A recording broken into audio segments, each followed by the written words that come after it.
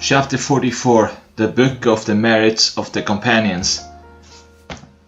Chapter 1. The Virtues of Abu Bakr as-Siddiq, Ra. Anas bin Malik reported that Abu Bakr Siddiq reported him thus: I saw the feet of the polytheists very close to us as we were in the cave. I said, Allah's Messenger, if one amongst them were to see at his feet, he would have surely seen us. Thereupon he said, Abu Bakr, what can befall two who have Allah as the third one with them?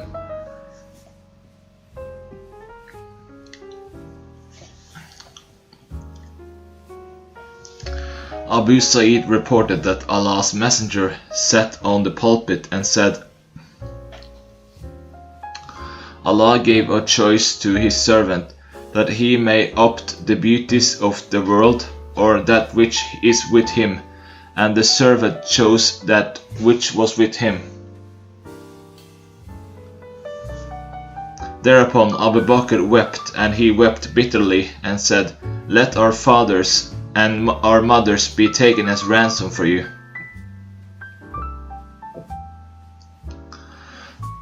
It was Allah's Messenger who had been given the choice, and Abu Bakr knew it better than us. And Allah's Messenger is reported to have said, Behold, of all people the most generous toward me in regard to his companionship and his property was Abu Bakr, and were I to choose anyone as my bosom friend, I would have chosen Abu Bakr as my dear friend.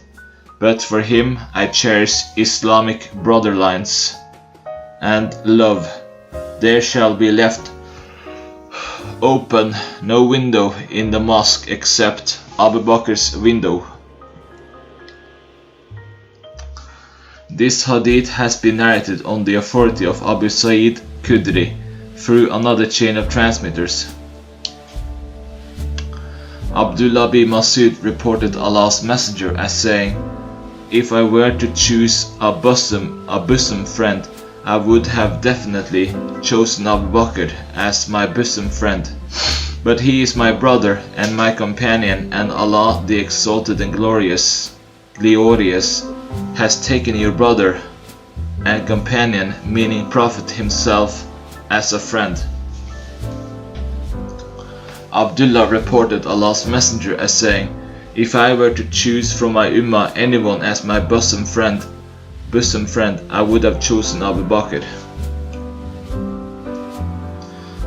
Abdullah reported Allah's Messenger as saying, If I were to choose as my bosom friend, I would have chosen the son of Abu Kuhafa, Abu Bakr, as my bosom friend. Abdullah reported Allah's Messenger as saying, If I were to choose amongst the people of earth someone as my bosom friend, I would have chosen the son of Abu Kuhafa as my friends, but God has taken your companion as a friend. As my friends. This hadith has been narrated through another chain of transmitters, and then one narrated on the authority of Abdullah. The words are, Allah's Messenger is reported to have said, Behold, I am free from the dependence of all bosom friends, and if I were to choose anyone as bosom friend, I would have taken Abu Bakr as my bosom friend. Allah has taken your companion as a friend. Amr bin al-As reported that Allah's Messenger sent him in command of the army dispatched to Dat as-Salasil. When Amr bin al-As came back to the Prophet, he said, Who amongst people are dearest to you? He said, Aisha. He then said, Who amongst men? He said, her father. And I said, And who next? He said, Umar. He then enumerated some other men. Ibn Abu Mulaika reported, I heard Aisha as saying, and she was asked as to whom Allah's Messenger would have nominated as his successor if he had to nominate one at all. She said, Abu Bakr. It was said to her, then whom after Abu Bakr? She said, Umar. It was said to her, then whom after Umar? She said, Abu Ubaidah bi al-Jarrah. And then she kept quiet at this. Muhammad b Jubair b Mut'im reported on the authority of his father that a woman asked Allah's messenger about something, but Lit told her to come to him on some other occasion, whereupon she said, what in your opinion should I do if I come to you but do not find you? And it seemed as if she meant that he might die. Thereupon he said, if you do not find me, then come to Abu Bakr. This hadith has been narrated on the authority of Jubair b Mut'im through another chain of transmitters, and the words are that a woman came to Allah's messenger and discussed with him something, and he gave a command, as we find in the above mentioned narration. Aisha reported that Allah's messenger in his last illness asked me to call Abu Bakr, her father, and her brother too, so that he might write a document, for he feared that someone else might be desirous of succeeding him, and that some claimant may say, I have better claim to it, whereas Allah and the faithful do not substantiate the claim of anyone but that of Abu Bakr. Abu Hurairah reported that Allah's messenger said, who amongst you is fasting today? Abu Bakr said, I am. He again said, who amongst you followed a funeral procession today? Abu Bakr said, I did. He, the Prophet, again said, who amongst you served food to the needy? Abu Bakr said, I did. He again said, who amongst you has today visited the sick? Abu Bakr said, I did. Thereupon Allah's messenger said, anyone in whom these good deeds are combined will certainly enter paradise. Abu Hurairah reported Allah's messenger as saying, a person had been driving an ox loaded with luggage. The ox looked towards him and said, I have not been created for this, but for lands, yea, for plowing the land, and for drawing out water from the wells, for the purpose of irrigating the lands. The people said with surprise and awe, Hallowed be Allah. Does the ox speak? Allah's messenger said, I believe it, and so do Abu Bakr and Umar. Abu Hurairah reported Allah's messenger as saying, a shepherd was tending the flock when a wolf came there and took away one goat. Tal shepherd pursued the wolf, and rescued the goat from that wolf. The wolf looked towards him and said, who would save it on the day when there will be no shepherd except me? Thereupon people said, Hallowed be Allah. Thereupon Allah's messenger said, I believe in it, and so do Abu Bakr and Umar believe.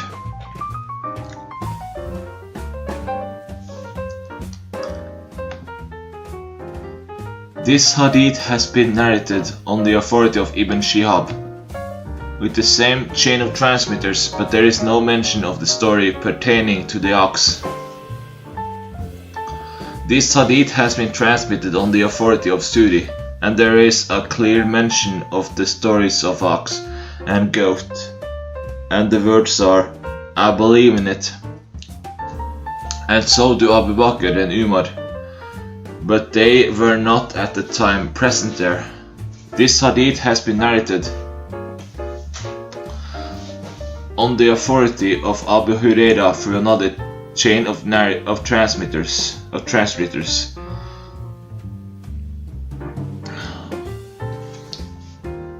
Chapter 2. The Virtues of Umar Ra. Ibn Abu Mulaika reported,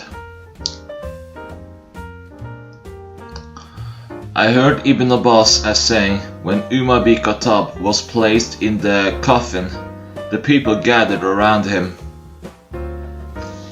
They praised him and supplicated for him before the bier was lifted up, and I was one amongst them. Nothing attracted my attention but a person who gripped my shoulder from behind. I saw towards him and found that he was Ali. He invoked Allah's mercy upon Umar and said, "You have left none behind you whose deeds are so enviable that I love to meet Allah with them. But by Allah, I hope that Allah would keep you and your two associates together." I had often heard Allah's Messenger as saying, "I came and there came two, Abu Bakr and Umar. I entered and there entered two, Abu Bakr and Umar. I went out and there went out two, Abu Bakr and Umar. And I hope and think that Allah will keep you along with them." This hadith has been narrated on the authority of Umar bin Said with the same chain of transmitters.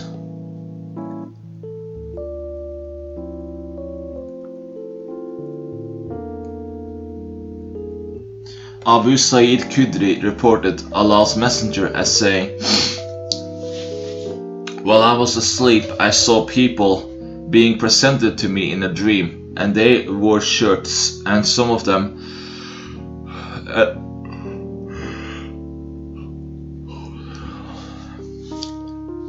and some of these reached up to the breasts, and some even beyond them. Then there happened to pass Umar bin Khattab, and his shirt had been trailing. They said, 'Allah's Messenger, how do you interpret the dream?' He said, 'As strength of faith.'" Hamza bin Abdullah bin Umar bin Khattab reported on the authority of his father that Allah's Messenger said,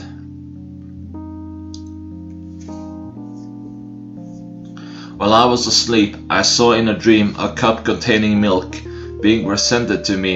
I took out of that until I perceived freshness being reflected through my nails. Then I presented the leftover to Umar bin Khattab.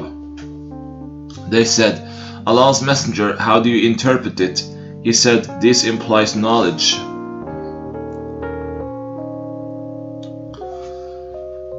This hadith has been narrated on the authority of Yunus with the same chain of transmitters. Abu Huraira reported Allah's Messenger as saying, "While I was asleep, I saw myself on a well with a leathern bucket on a pulley.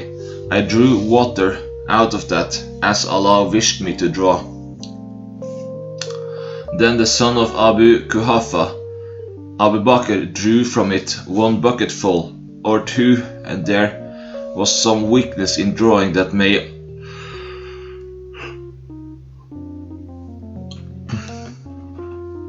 Allah forgive him. Then that bucket changed into a large bucket, and Ibn Khattab drew it. I did not see any strongest man drawing it like Umar bin Khattab. He brought out so much water that the camels of the people had enough to drink, and then lay down for rest."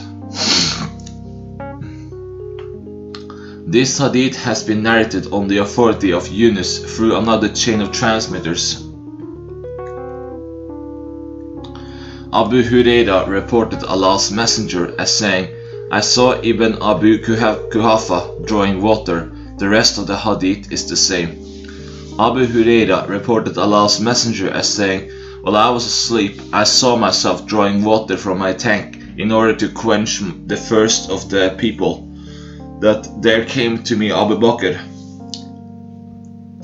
He took hold of the leathern bucket from my hand so that he should serve water to the people. He drew two bucketfuls, and there was some weakness in his drawing. Allah may forgive him. Then there came Ibn Khattab, and he took hold of that, and I did not see a person stronger than he drawing water until the people went away with their thirst quenched and the tank filled with water.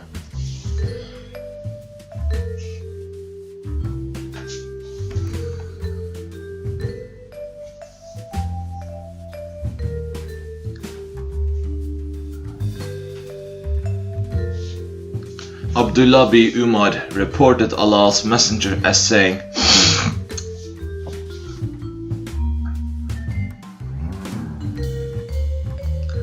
I saw in a dream as if I was drawing water with a leathern bucket on a wooden pulley. There came Abu Bakr, and he drew out a bucketful or two, and as he drew out, some weakness was perceived in it. May Allah the Exalted and Glorious forgive him. Then Umar came in order to serve water, and the bucket was changed into a large leather bucket.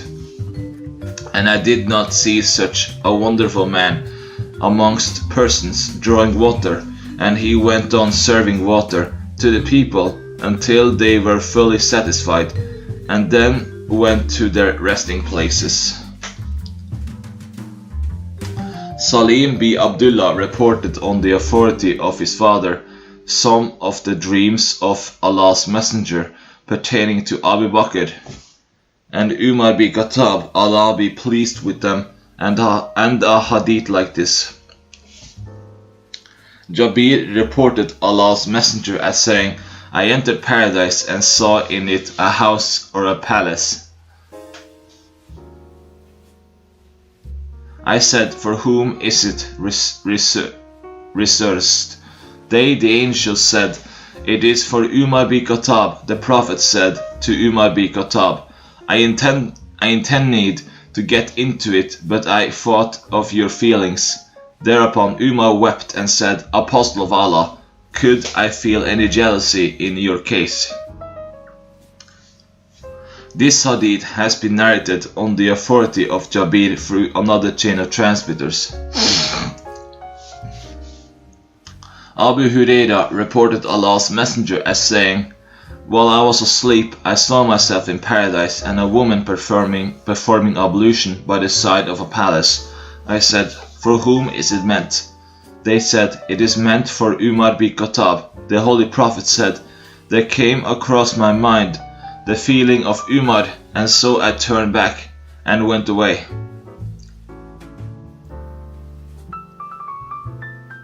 Abu Huraira said, Umar wept as we were present in that meeting with Allah's Messenger amongst us, and Umar said, Allah's Messenger, may my father and mother be taken as ransom for you. Could I at all feel any jealousy about you? This hadith has been narrated on the authority of Ibn Shihab with the same chain of transmitters. Sa'd bin Waqqas reported that Umar sought permission from Allah's Messenger to visit him when some women of the Quraysh were busy in talking with him and raising their voices above his voice. When Umar sought permission, they stood up and went hurriedly behind the curtain.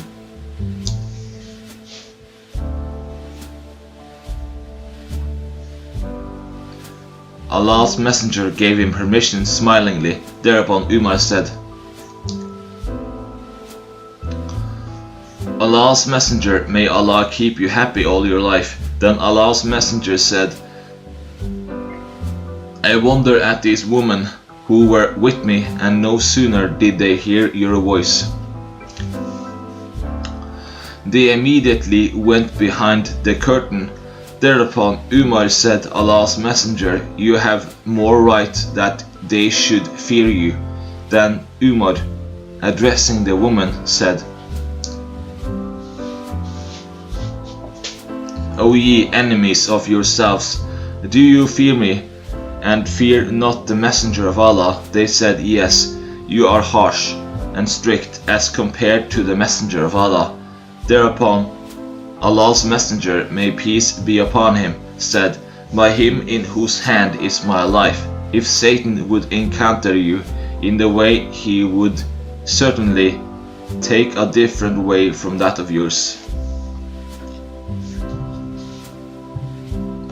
Abu Huraira reported that Umar bin Khattab came to Allah's Messenger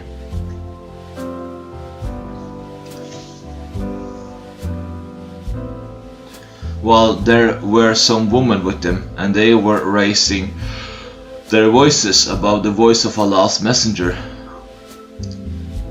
And when Umar sought permission to get into the house, they went behind the curtain hurriedly. The rest of the hadith is the same. Aisha reported Allah's Messenger as saying, "There had been among the people before you inspired persons, and if there were any such among my ummah, Umar bin Khattab would be one of them." Ibn Wahb explained the word muhaddatun as those who receive hint from the high, mulhamun. This hadith has been narrated on the authority of Sa'd bin Ibrahim with the same chain of transmitters.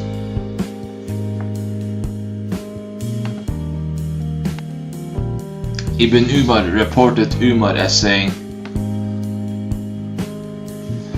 "My Lord concorded with my judgments on 3 occasions, in case of the station of Ibrahim, in case of the observance of Wale, and in case of the prisoners of Badr."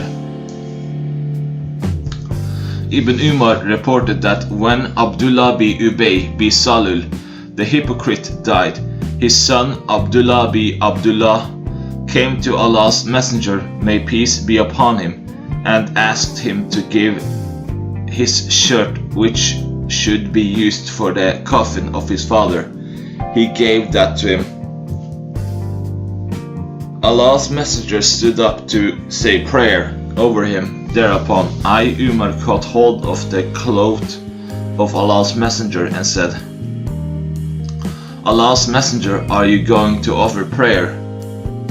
Whereas Allah has forbidden to offer prayer for him. Whereupon Allah's Messenger said, "Allah has given me a choice, saying, ask forgiveness for them, or you may not ask for them, even if you ask for them 70 times.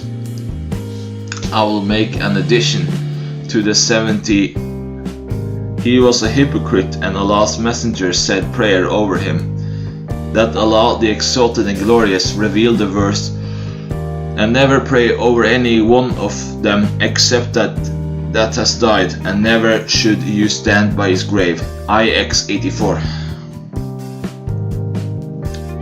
This hadith has been narrated on the authority of Ubaydullah with the same chain of transmitter, but with the addition of the words, "He abandoned saying prayer over the hypocrites who had died." Chapter 3. The virtues of Uthman bin Affan. Ra.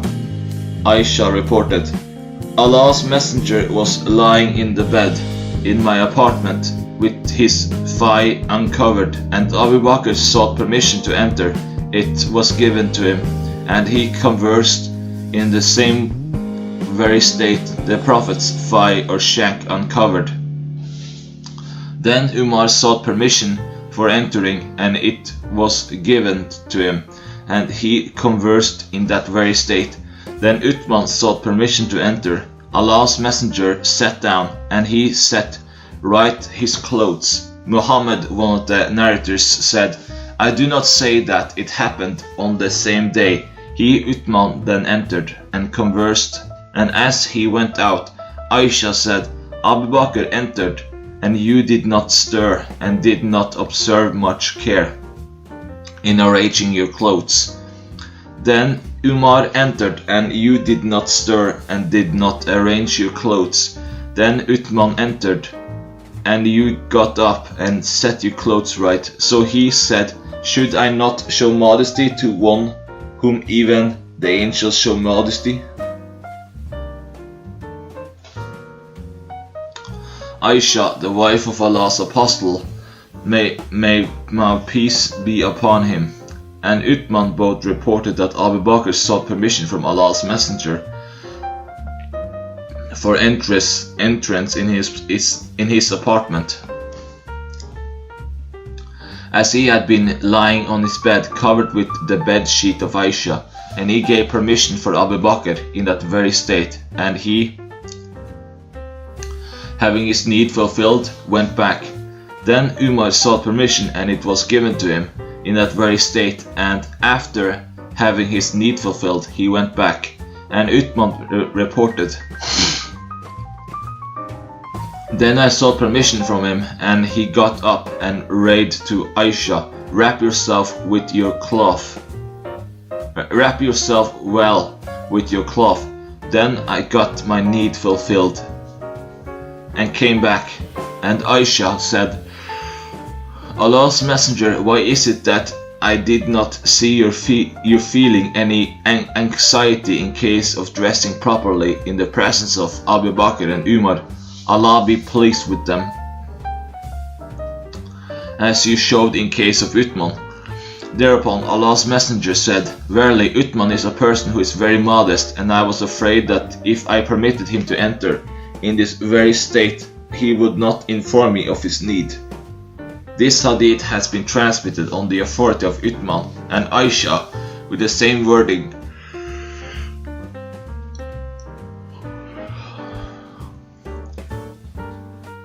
Abu Musa al-Ash'ari reported that while Allah's Messenger was in one of the gardens of Medina, reclining against a pillow and fixing a stick in a mud, that a person came asking for the gate to be opened, whereupon he said, open it for him and give him glad tidings of paradise, and lo, it was Abu Bakr. I opened the gate for him and gave him the glad tidings of paradise. Then another person asked for the door to be opened, whereupon he said, open it and give him the glad tidings of paradise. He said, I went away, and lo, it was Umar. I opened it for him and gave him the glad tidings of paradise. Then still another man asked for the door to be opened, and thereupon Allah's Apostle said, open it and give him the glad tidings of paradise, after a trial would afflict him. I went, and lo, it was Uthman bin Affan. One opened the door and gave him the glad tidings of paradise, and informed him what the Prophet had said. Thereupon he said, O Allah, grant me steadfastness. Allah is one whose help is to be sought. This hadith has been transmitted on the authority of Abu Musa al-Ash'ari with a slight variation of wording. Abu Musa al-Ash'ari reported that he performed ablution in his house and then came out saying, I would remain with Allah's Messenger the whole day long. He came to the mosque and asked about Allah's Apostle.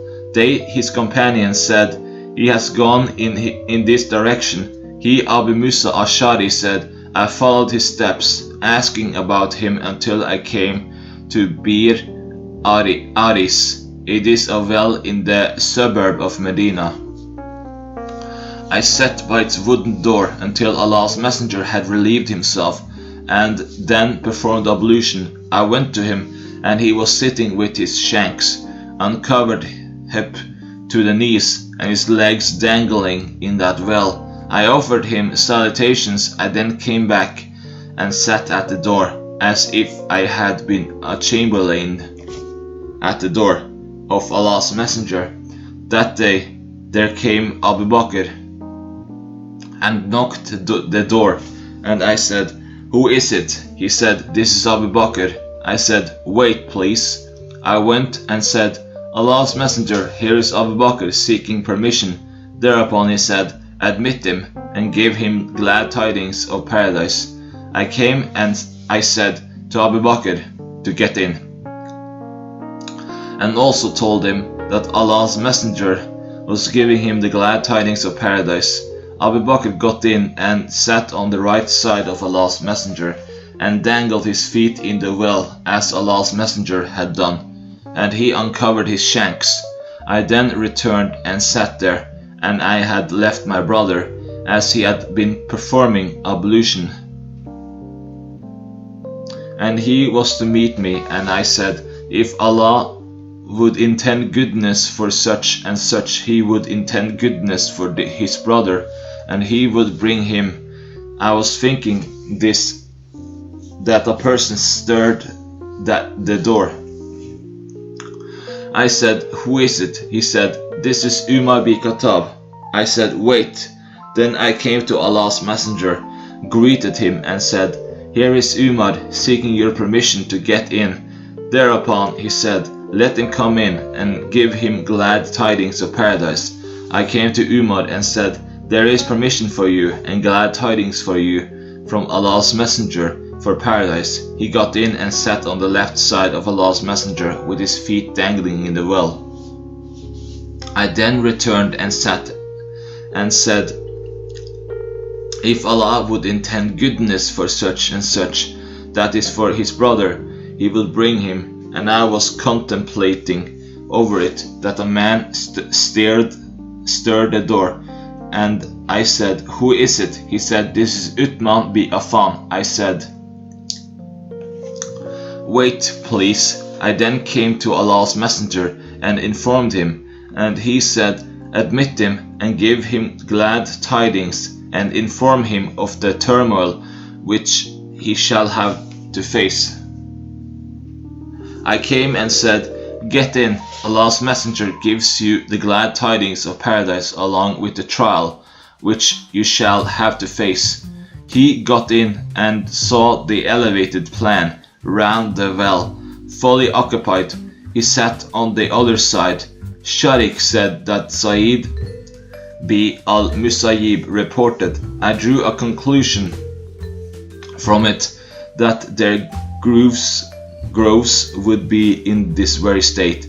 The graves of Hadrat Abu Bakr, Umar Farooq by the tide of the Prophet, may peace be upon him, and the grave of Hadrat Uthman away from their graves. Abu Musa reported, I set out with the intention of meeting Allah's Messenger, and came to know that he had gone to the gardens in the suburb of Medina.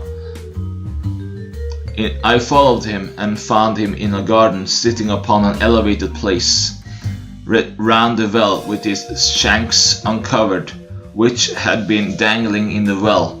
The rest of the hadith is the same, but with this variation, that there is no mention of the words of Sa'id. All drew a conclusion from it pertaining to their graves. Sa'id bin al-Musayyib reported Abu Musa Ash'ari having said that Allah's Messenger set out one day to the suburbs of Medina for relieving himself. I followed his steps. The rest of the hadith is the same. Ibn Musayyib said, I concluded from the manner of their sitting, the order of their graves, the three would be together. The graves of the Holy Prophet, Hadrat Abu Bakr and Hadrat Umar, and that of Uthman would be separate from them.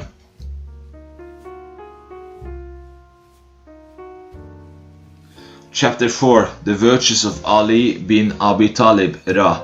Amir bin Sa'd bin Abi Waqqas reported on the authority of his father that Allah's Messenger addressing Ali said, you are in the same position with relation to me as Aaron, Harun, was in relation to Moses, but with this explicit difference, that there is no prophet after me. Sa'd said, I had an earnest desire to hear it directly from Sa'd, so I met him and narrated to him what his son Amir had narrated to me, whereupon he said, yes, I did hear it. I said, did you hear it yourself?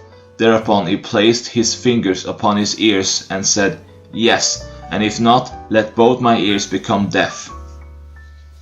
Sa'd bin Abi Waqqas reported that Allah's Messenger left Ali bin Abi Talib behind him as he proceeded to the expedition of Tabuk, whereupon Ali said, Allah's Messenger, are you leaving me behind amongst women and children? Thereupon he, the holy prophet, said, Aren't you satisfied with being unto me with what Aaron was unto Moses, but with this exception, that there would be no prophet after me? This hadith has been narrated on the authority of Shuba with the same chain of transmitters.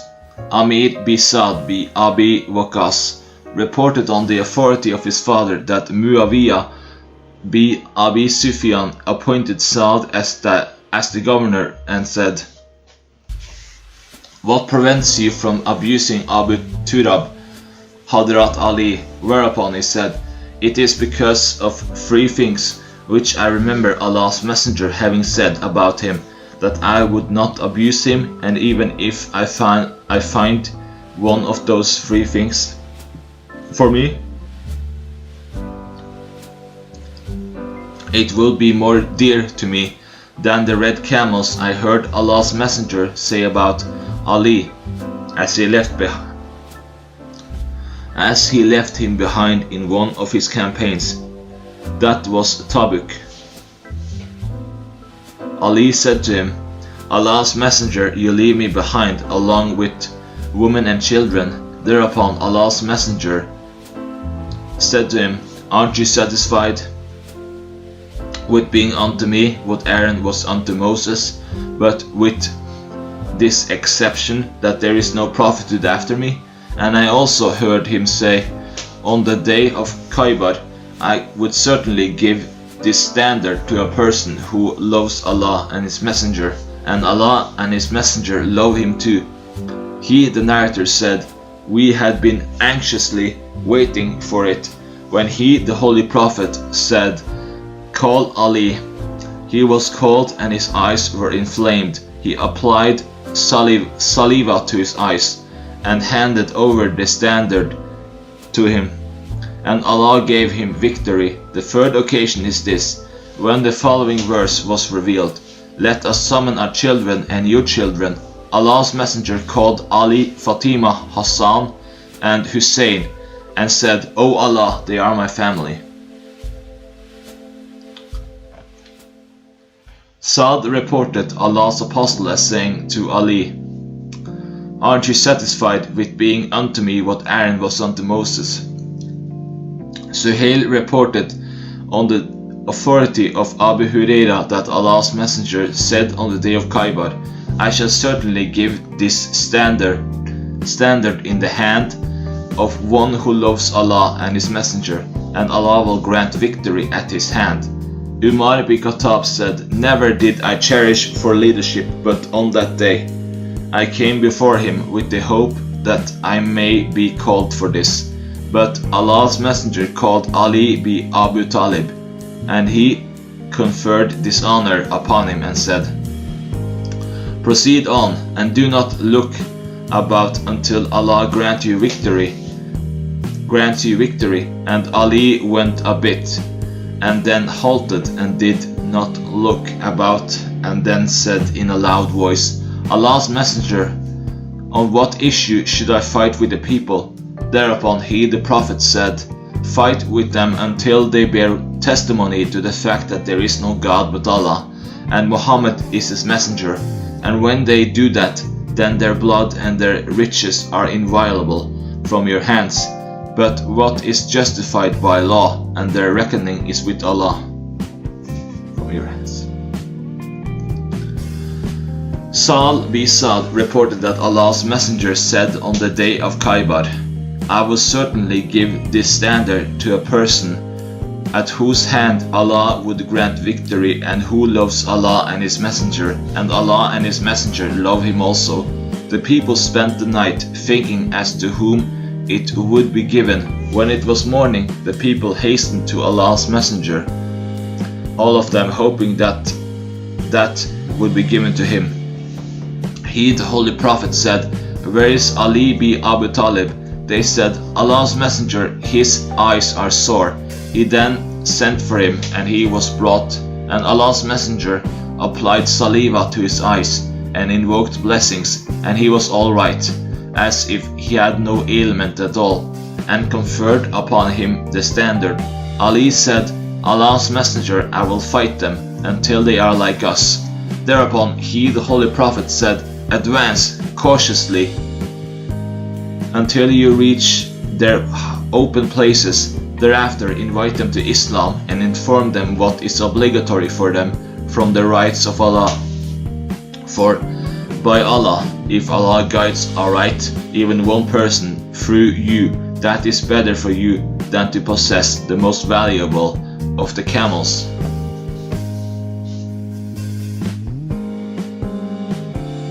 Salama bi Aqwa reported that it was Ali whom Allah's apostle left behind him in the charge of his family and the Islamic State on the occasion of the campaign of Khaybar, and his eyes were inflamed, and he said, Is it for me to remain behind Allah's messenger? So he went forth and rejoined Allah's apostle, and on the evening of that night, after which next morning Allah granted victory, Allah's messenger said, I will certainly give this standard to a man whom Allah and his messenger love. Or he said, who loves Allah or his messenger, and Allah will grant him victory through him. And lo, we saw Ali whom we least expected to be present on that occasion. They, the companions, said, Here is Ali. Thereupon Allah's messenger, may peace be upon him, gave him the standard. Allah granted victory at his hand. Yazid bi Hayyan reported, I went along with Hussein bi Sabra and Umar bi Muslim to Zayd bi Arqam, and as we sat by his side, Hussein said to him, Zayd, you have been able to acquire a great virtue that you saw Allah's messenger, listened to his talk, fought by his side in different battles, offered prayer behind me. Zayd, you have in fact earned a great virtue. Zayd narrated to us what he heard from Allah's messenger. He said, I have grown old and have almost spent my age, and I have forgotten some of the things which I remembered in connection with Allah's messenger. So accept whatever I narrate to you, and which I do not narrate to you, and which I do not narrate, do not compel me to do that. He then said, one day Allah's messenger stood up to deliver sermon at a watering place known as Qum, situated between Mecca and Medina. He praised Allah, extolled him, and delivered the sermon, and exhorted us, and said, Now to our purpose, O people, I am a human being. I am about to receive a messenger, the angel of death, from my Lord, and I, in response to Allah's call, would bid goodbye to you. But I am leaving among you two weighty things, the one being the Book of Allah, in which there is right guidance and light. So hold fast to the Book of Allah and adhere to it. He exhorted us to hold fast to the Book of Allah, and then said, the second are the members of my household. I remind you of your duties to the members of my family. He, Hussein, said to Zayd, who are the members of his household? Aren't his wives the members of his family? Aren't his wives the members of his family? Thereupon he said, his wives are the members of his family, but the members of his family are those for whom acceptance of zakat is forbidden. And he said, who are they? Thereupon he said, Ali and the offspring of Ali, Aqil and the offspring of Aqil, and the offspring of Ja'far, and the offspring of Abbas. Hussein said, these are those for whom the acceptance of zakat is forbidden. Zayd said, yes.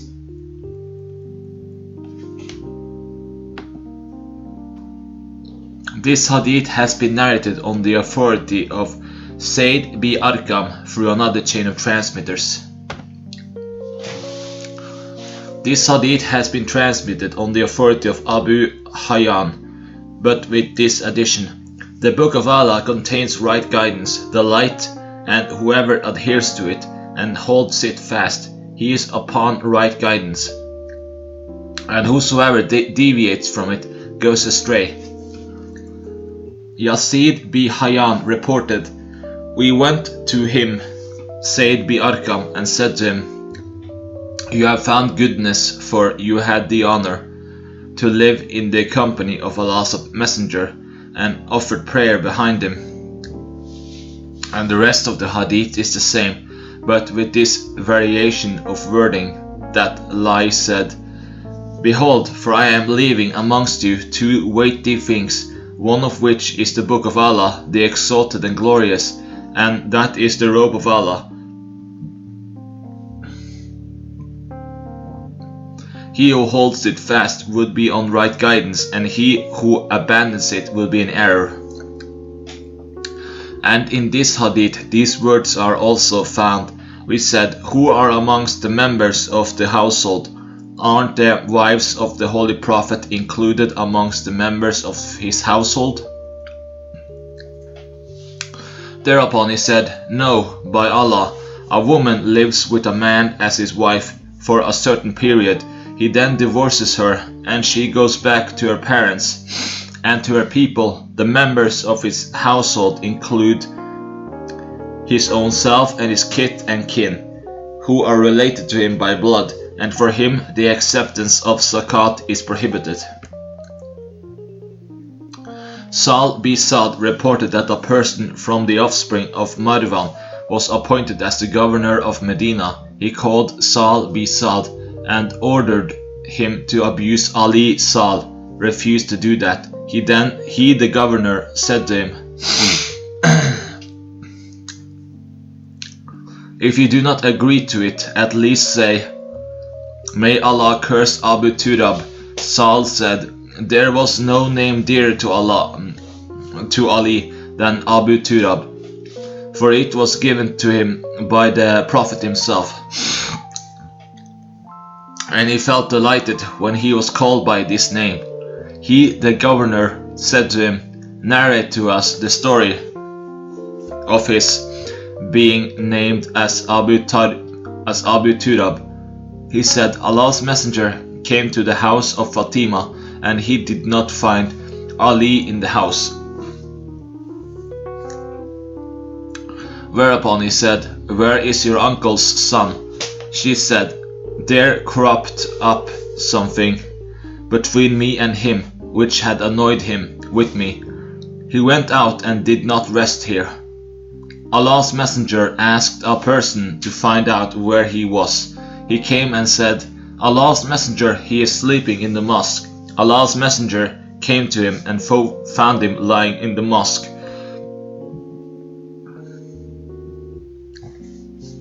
And saw that his mantle had slipped from his back, and his back was covered with dust. And Allah's messenger began to wipe it away from him, from the body of Hadrat Ali, saying, 'Get up, covered with dust. Abu Turab, get up, covered with dust.'"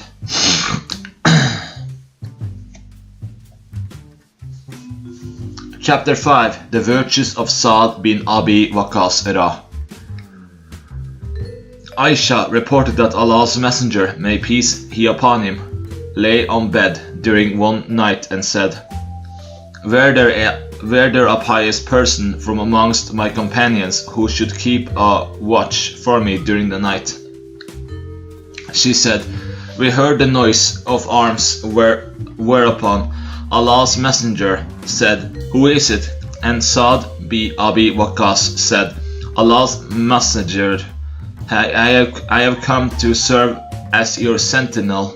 Aisha said, Allah's messenger slept such a sound sleep that I heard the noise of his snoring.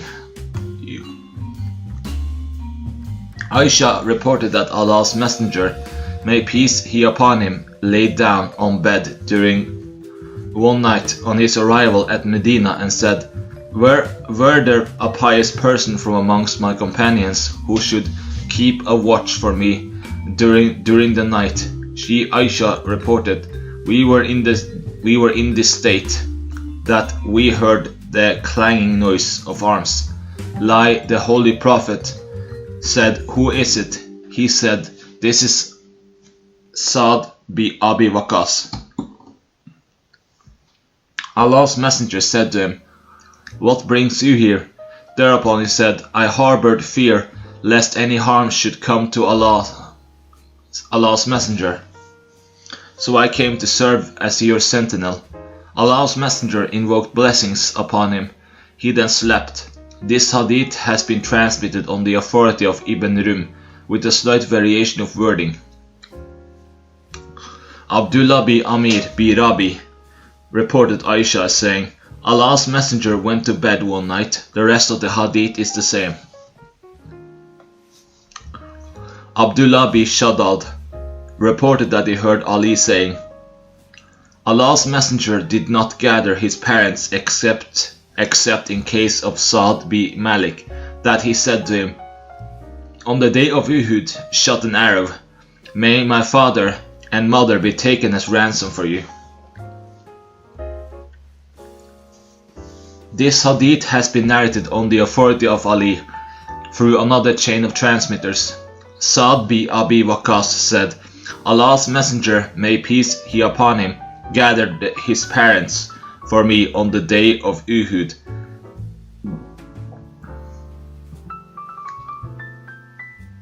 This hadith has been narrated on the authority of Yabil bin Sa'id with the same chain of transmitters.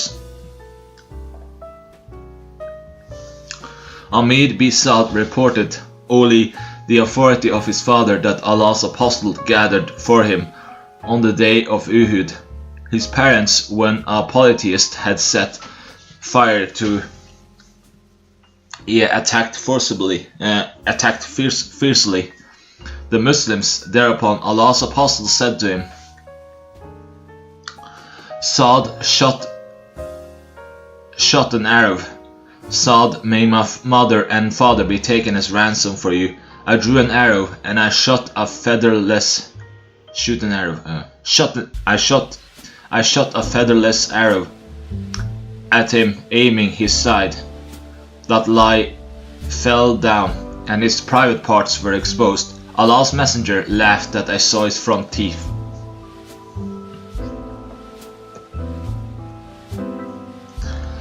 Musab bin Sa'd reported on the authority of his father that many verses of the Quran had been revealed in connection with him.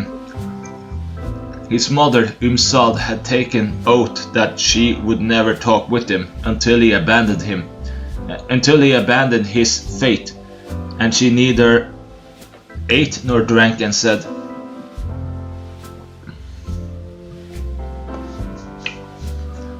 "Allah has commanded you to treat well your parents, and I am your mother, and I command you to do this." She passed 3 days in this state until she fainted because of extreme hunger.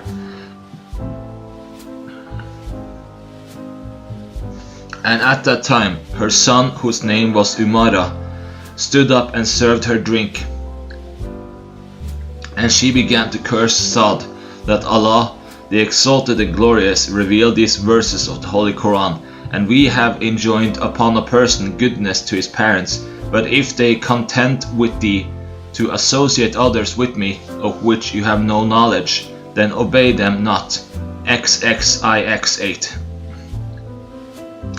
Treat Dane with customary good in this world. XXXI15. He also reported that there fell to the lot of Allah's messenger huge spoils of war, and there was one sword in them. I picked that up and came to Allah's messenger and said, "Bestow this sword upon me as my share in the spoils of war, and you know my state." Thereupon he said, "Return it to the place from where you picked it up." I went back until I decided to throw it in a store, but my soul repulsed me, so I came back and asked him to give that sword to me. He said in a loud voice to return it to the place from where I had picked it up. It was on this occasion that these words was revealed. They asked about the spoils of war. VIII 1. He further said, "I once fell ill and sent a message to Allah's apostle. He visited me, and I said to him, permit me to distribute in charity my property as much as I like. He did not agree. I said, permit me to distribute half of it. He did not agree. I said, permit me to distribute the third part. Whereupon he kept quiet, and it was after this that the distribution of one's property in charity to the extent of 1/3 was held valid. He further said, I came to a group of persons of the Ansar and Muhajirin, and they said, come, so that we may serve you wine, and it was before the use of wine had been prohibited. I went to them in a garden, and there had been with them the roasted head of a camel and a small water skin containing wine. I ate and drank along with them, and there came under discussion the Ansar helpers and Muhajirin, immigrants. I said, the immigrants are better than the Ansar. That a person picked up a portion of the head of the camel and struck me with it, that my nose was injured. I came to Allah's Messenger and informed him of the situation, that Allah, the Exalted and Glorious, revealed verses pertaining to wine, intoxicants and the games of chance, and sacrificing to stones set up, and divining by arrows are only an uncleanliness, the devil's work. V 90.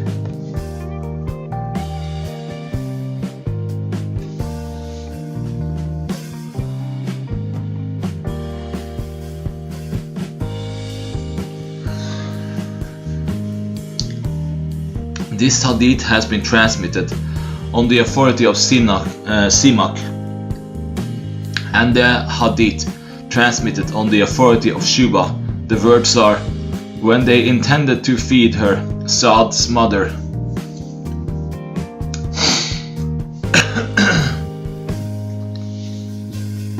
they opened her mouth with the help of a stick, and then put the feed in her mouth.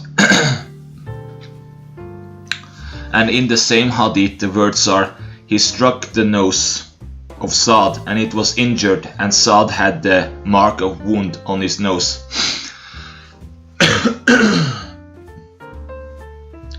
Saad reported, this verse was revealed in relation to 6 persons, and I and Ibn Mas'ud were amongst them. The polytheists said to him, the Holy Prophet, do not keep such persons near you. It was upon this that this verse was revealed. Drive not away those who call upon their Lord, morning and evening, desiring only His pleasure. VI 52. Saad reported, we were 6 men in the company of Allah's Messenger, nay peace be upon him, that the polytheists said to Allah's Apostle, drive them away so that they may not be overbold upon us. He said, I, Ibn Mas'ud, and a person from the tribe of Hudayl, Bilal, and 2 other persons, whose names I do not know, were amongst such persons, and there occurred to Allah's Messenger what Allah wished, and he talked with himself, that Allah and the Exalted and Glorious revealed, do not drive away those who call their Lord morning and evening, desiring to seek His pleasure.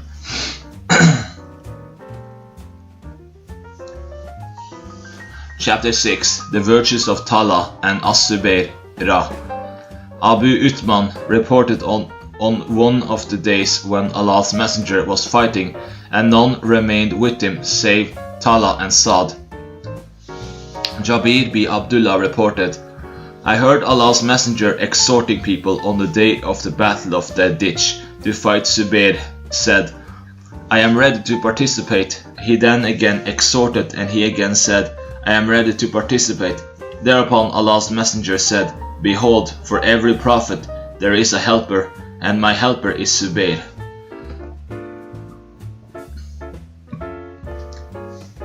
Jabir reported this hadith through another chain of transmitters. Abdullah bin Zubayr reported on the day of the Battle of the Trench, I and Umar bin Abu Salama were with womenfolk in the fort of Hassan b Thabit. He at one time leaned for me, and I cast a glance, and at another time I leaned for him, and he would see, and I recognized my father as he rode on his horse with his arms towards the tribe of Qurayza. Abdullah b Urwa reported from Abdullah b Zubayr, I made a mention of that to my father, whereupon he said, My son, did you see me on that occasion? He said, Yes. Thereupon he said, By Allah, Allah's messenger addressed me, saying, I would sacrifice for thee my father and my mother. Abdullah b Zubayr reported, When it was the day of the battle of the ditch, I and Umar b Salama were in the fort, in which there were women, the wives of Allah's apostle. The rest of the hadith is the same. Abu Huraira reported, Allah's messenger was upon the mountain of Hira, and there were along with him Abu Bakr, Umar, Uthman, Ali, Talha, Zubayr, that the mountain stirred. Thereupon Allah's messenger said, Be calm, there is none upon you but a prophet, a fiddle, the testifier of truth, and a martyr. Abu Huraira reported that Allah's messenger was on the mountain of Hira, that it stirred. Thereupon Allah's messenger said, Hira, be calm, for there is none upon you but a prophet, a Siddiq, a Shahid, and there were upon it Allah's prophet, Abu Bakr, Umar, Uthman, Ali, Talha, Zubayr, Saad b Abi Waqas, Allah be pleased with them. Hisham reported on the authority of his father, Urwa b Zubayr, that Aisha said, By Allah, both fathers of yours are amongst those who have been men. Tioned in this verse, those who responded to the call of Allah and the messenger after the misfortune had fallen upon them. This hadith has been narrated on the authority of Hisham through the same chain of transmitters, but with this addition, that by both fathers of yours he meant Abu Bakr and Zubayr. Urwa reported, Aisha said to me, Your fathers Zubayr and Abu Bakr were amongst those about whom it has been revealed, those who responded to the call of Allah and His Messenger after the misfortune had fallen upon them. Chapter 7. The virtues of Abu Ubaidah bin al-Jarrah. Anas reported Allah's Messenger as saying, For every ummah there is a man of trust, and the man of trust of this ummah is Abu Ubaidah bin Jarrah. Anas reported that the people of Yemen came to Allah's Messenger and said, Send with us a person who should teach us Sunnah and Al-Islam. Whereupon he, the Holy Prophet, caught hold of the hand of Ubaidah and said, He is a man of trust of this ummah. Hudayfa reported that the people of Najran came to Allah's Messenger and said, Allah's Messenger, send along with us a man of trust. Whereupon he said, I would definitely send to you a man of trust in the true sense of the term. Thereupon his companions looked up eagerly, and he sent Abu Ubaidah bin Jarrah.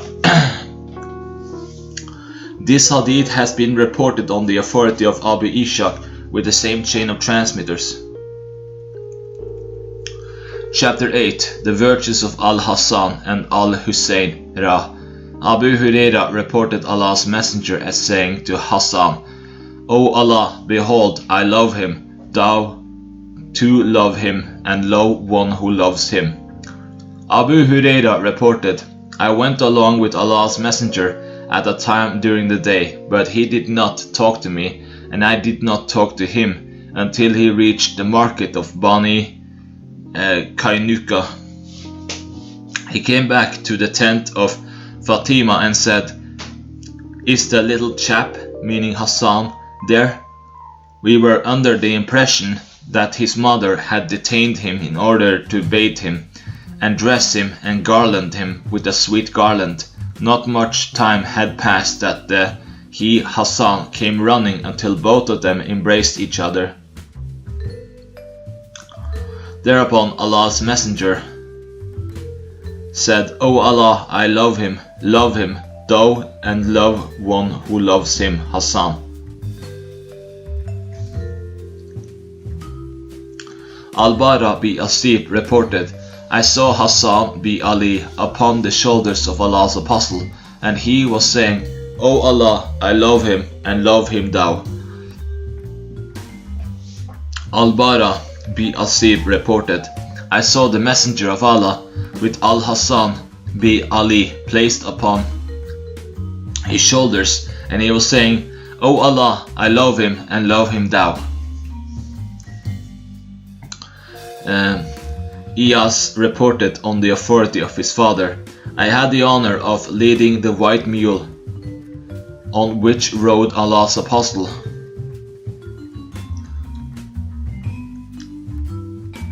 And with him were Hassan and Hussein, till it reached the apartment of Allah's Apostle. The one amongst them was seated before him, and the other one was seated behind him.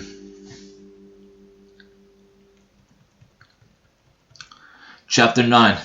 The virtues of the household of the Prophet saw. Aisha reported that Allah's Apostle went out one morning wearing a stripped cloak of the black camel's hair, that there came Hassan bi Ali. He wrapped hidden under it. Then came Hussein, and he wrapped him under it along with the other one, Hassan. Then came Fatima, and he took her under it. Then came Ali, and he also took him under it, and then said, Allah only desires to take away any uncleanliness from you, O people of the household, and purify you, thorough purifying. Chapter 10. The virtues of Zayd bin Haritha and his son Usama.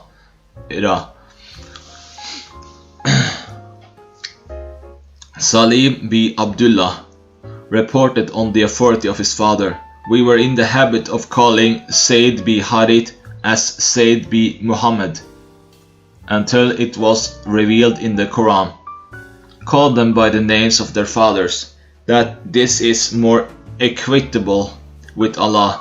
This hadith has been transmitted on the authority of Qutayba bin Sa'd. This hadith has been narrated on the authority of Abdullah. This hadith has been narrated on the authority Abdullah through another chain of transmitters. Ibn Umar reported that Allah's Messenger sent an expedition and appointed Usama bin Zayd as its chief. The people objected to his command, whereupon Allah's Messenger stood up and said, "You object to his command, and before this you objected to the command of his father Zayd. By Allah, he was fit as the commander, and he was one of the dearest of persons to me, and after him, behold, this one Usama is one of the dearest of persons to me." Salim reported on the authority of his father that Allah's Messenger said on the pulpit, "You object to the command of Usama bin Zayd, as you had objected before to the command of his father Zayd. By Allah, he was most competent for it, and by Allah, he was dearest to me amongst people, and by Allah, the same is the case with Usama bin Zayd. He is most dear to me after him, and I advise you to treat him well, for he is pious amongst you." Chapter 11. The virtues of Abdullah bin Jafar. Abdullah bin Abu Mulaika reported that Abdullah bin Jafar said to Ibn Zubayr, "Do you remember the occasion when we three, I, you and Ibn Abbas met Allah's Messenger, and he mounted us on his camel, but left you?" He said, "Yes." This hadith has been transmitted on the authority of Habib bin Ash-Shahid. Abdullah bin Jafar reported that when Allah's Messenger, may peace be upon him, came back from a journey, the children of his family used to accord him welcome. It was in this way that once he came back from a journey, and I went to him. First of all, he mounted me before him.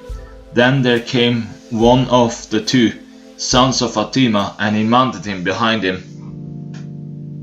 And this is how we three entered Medina riding on a beast. Abdullah bin Jafar reported that when Allah's Messenger came back from a journey, he met us.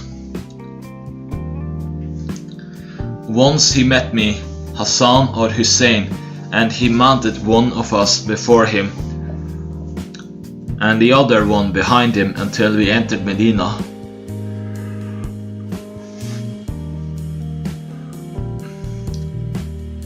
Abdullah bin Jafar reported that one day Allah's Messenger mounted me behind him and narrated to me something in secret which I would narrate to none amongst people.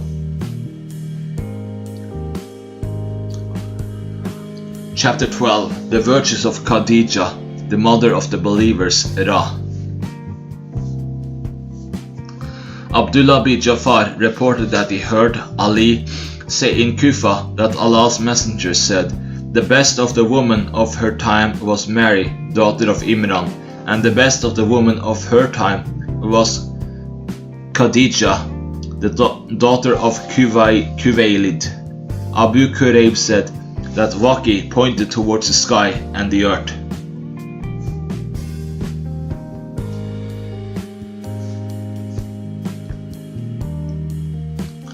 Abu Musa reported Allah's Messenger as saying, "There are many persons amongst men who are quite perfect, but there are none perfect amongst women except Mary, daughter of Imran, Asiya, wife of Pharaoh, and the excellence of Aisha as compared to a woman is that of Farid over all other foods." Abu Huraira reported that Gabriel came to Allah's apostle and said, "Allah's Messenger, lo, Khadija is coming to you with a vessel of seasoned food or drink. When she comes to you, offer her greetings from her Lord, the exalted and glorious, and on my behalf, and give her glad tidings of a palace of jewels in paradise, wherein there is no noise and no toil." This hadith has been narrated on the authority of Abu Huraira through another chain of transmitters, with a slight variation of wording. Ismail reported, "I said to Abdullah bin Abi Awfa, did Allah's Messenger give glad tidings of paradise to Khadija?" He said, "Yes, he did give glad tidings to her of a palace of jewels in paradise, wherein there will be no noise and no toil." This hadith has been narrated on the authority of Ibn Abi Awfa through other chains of transmitters.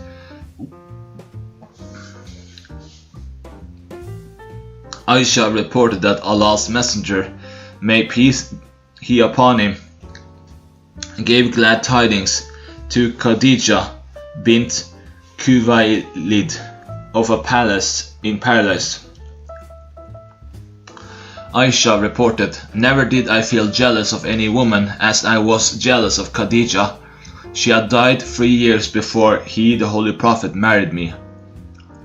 I often heard him praise her, and his Lord, the exalted and glorious, had commanded him to give her the glad tidings of a palace of jewels in paradise, and whenever he slaughtered a sheep, he presented its meat to her female companions.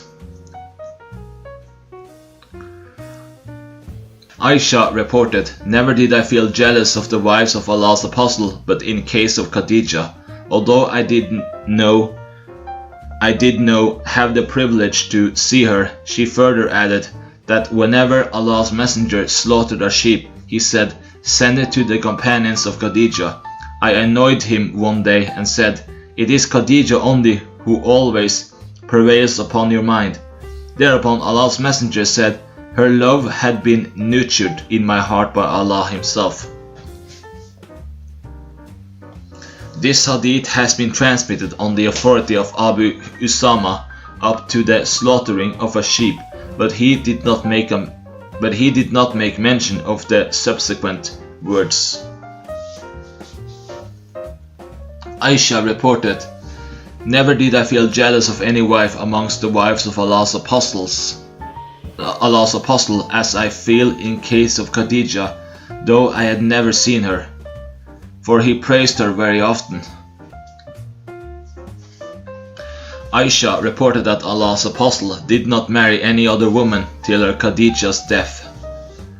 Aisha reported that Hala bi Kuwailid, sister of Khadija, sought permission from Allah's Messenger to see him, and he was reminded of Khadija's manner of asking leave to enter, and was overwhelmed with emotions thereby and said, "O Allah, it is Hala, daughter of Kuwailid." And I felt jealous and said, "Why do you remember one of those old women of the Quraysh with gums red and who is long dead, while Allah has given you a better one in her stead?"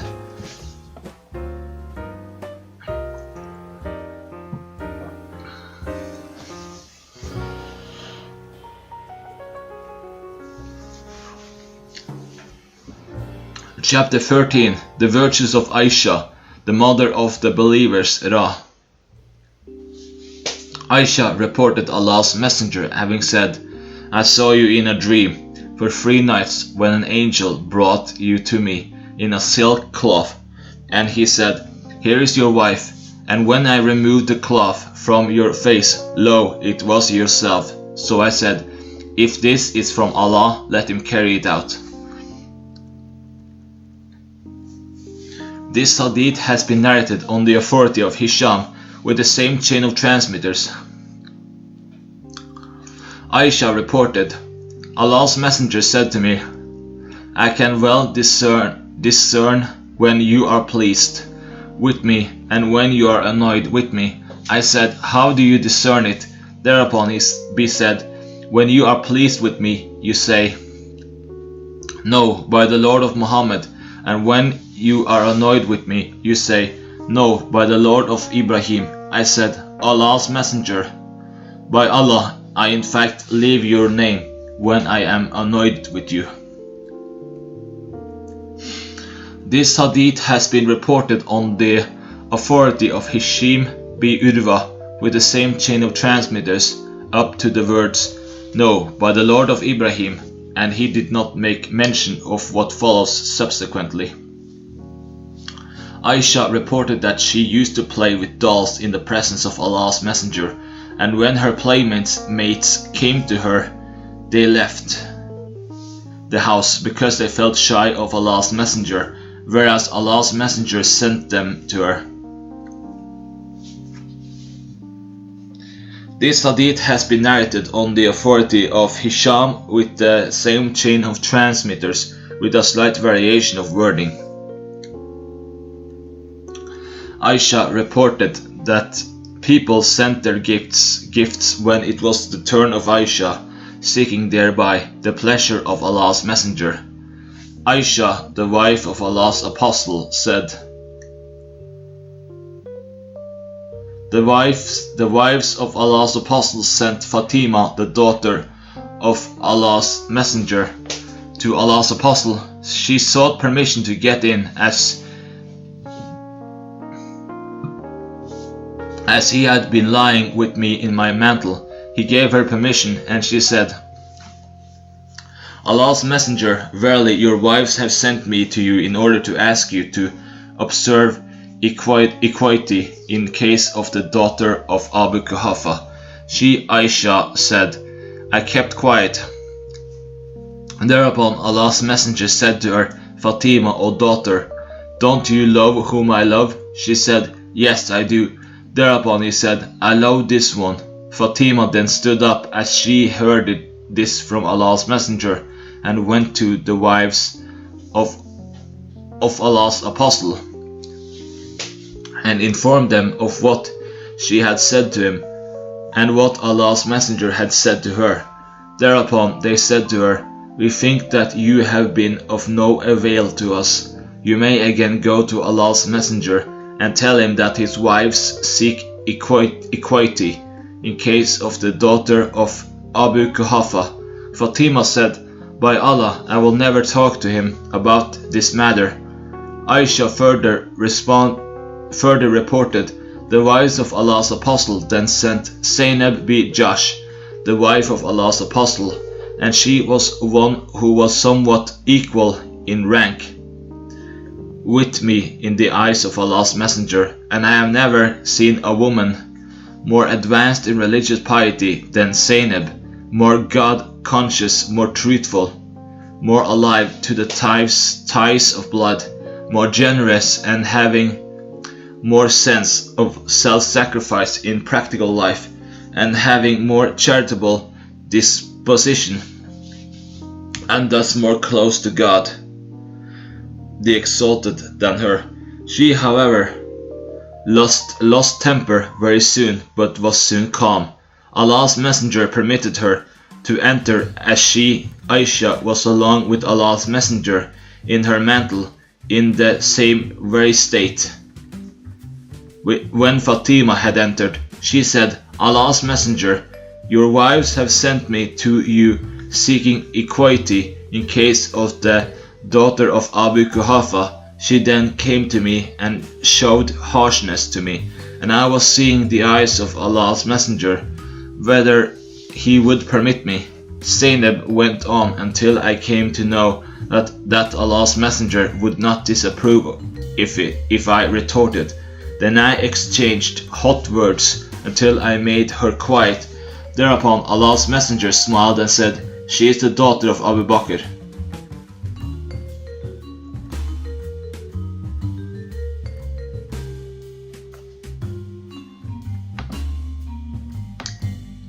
This hadith has been narrated on the authority of Suri with the same chain of transmitters, but with a slight variation of wording. Aisha reported that Allah's messenger, during his last illness, inquired where I would be tomorrow, thinking that the turn of Aisha was not very near. And when it was my turn, Allah called him to his heavenly home, and his head was between my neck and chest.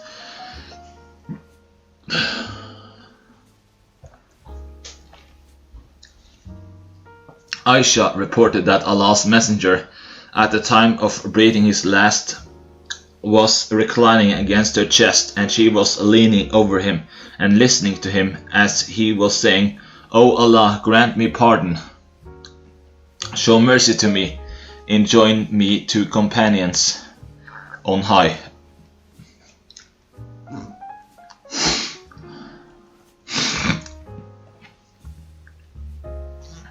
This hadith has been narrated on the authority of Hisham.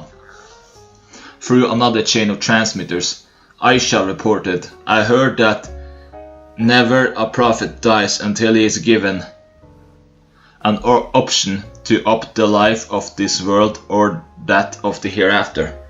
She further said, I heard Allah's messenger say in his last illness in which he died, I heard him say in gruffness of the voice, along with those persons upon whom Allah bestowed favors from amongst the apostles, the testifiers of truth, the martyrs, the pious and goodly company, are they IV 69.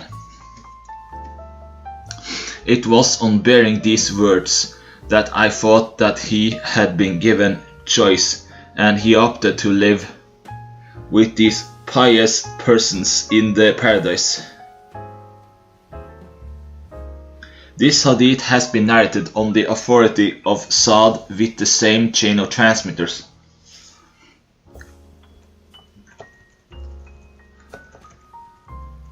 Aisha, the wife of Allah's apostle, reported that he used to say, "Never a prophet dies in a state that he is not made to see his abode in paradise, and then given a choice." Aisha said that when Allah's messenger was about to leave the world, his head was over her thigh, and he had fallen into swoon 3 times.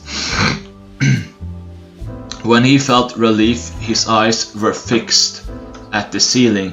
He then said, "O Allah, along with the high companions, along with the apostles who live in the most elevated place of the paradise." On hearing these words, I then said to myself, "He is not going to opt us," and I remembered a hadith which he had narrated to us as he was healthy,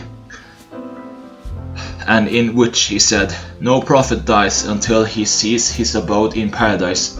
He is then given a choice." Aisha said, "These were the last words which Allah's messenger spoke. The words are, 'O Allah, with companions on high.'" Aisha reported that when Allah's messenger set on a journey, he used to cast lots amongst his wives. Once this lot came out in my favor and that of Hafsa. They, Hafsi and Aisha, both went along with him, and Allah's messenger used to travel on the camel when it was night along with Aisha and talked with her.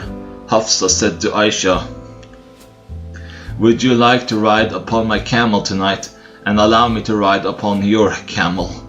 And you would see what you do not generally see, and I would see what I do not see generally." She said, "Yes."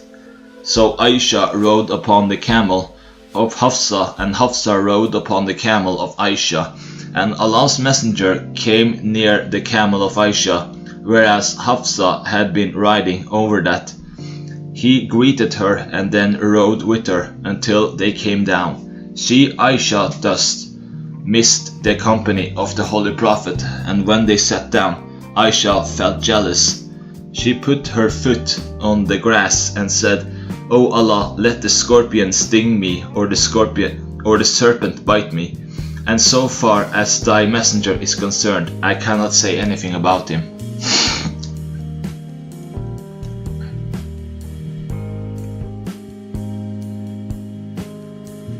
Anas bin Malik reported Allah's messenger as saying, "The excellence of Aisha over women is like the excellence of tarid over all other foods."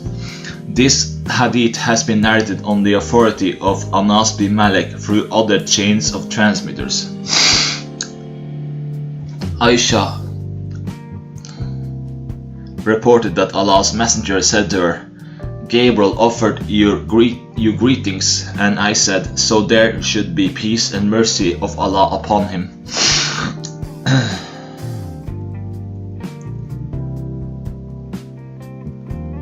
This hadith has been narrated on the authority of Aisha through another chain of transmitters.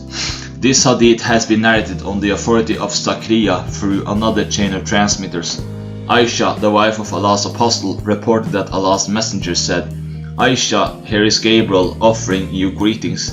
She said, one made a reply, "Let there be peace and blessings of Allah upon him," and added, "He sees what I do not see." Chapter 14. The Hadith of Sar. Aisha reported that one day there sat together 11 women, making an explicit promise amongst themselves that they would conceal nothing about their spouses. The first one said, "My husband is a sort of the meat of a lean camel placed at the top of a hill, which it is difficult to climb up. nor the meat is good enough that one finds in oneself the urge to take it away from the top of that mountain. The second one said, "My husband is so bad that I am afraid I would not be able to describe his faults, visible and invisible, completely." The third one said, "My husband is a long-statured fellow, yet he lacks intelligence. If I give vent to my feelings about him, he would divorce me. And if I keep quiet, I would be made to live in a state of suspense, neither completely abandoned by him nor entertained as wife." The fourth one said, "My husband is like the night of Tihama, the night of Hijaz and Mecca, neither too cold nor hot, neither there is any fear of him nor grief." The fifth one said, "My husband is like a leopard as he enters the house, and behaves like a lion when he gets out, and he does not ask about that which he leaves in the house." The sixth one said, "So far as my husband is concerned, he eats so much that nothing is left back, and when he drinks that no drop is left behind. And when he lies down, he wraps his body and does not touch me, so that he may know my grief." The seventh one said, "My husband is heavy in spirit, having no brightness in him, impotent, suffering from all kinds of conceivable diseases, having such rough manners that he may break my head or wound my body, or may do both." The eighth one said, "My husband is as sweet as the sweet-smelling plant, and as soft as the softness of the hair." The ninth one said, "My husband is the master of a lofty building, long-statured, having heaps of ashes at his door, and his house is near the meeting place, and the inn." The 10th one said, "My husband is Malik, and how fine Malik is, much above appreciation and praise of mine. He has many faults of his camel, more in number than the pastures for them.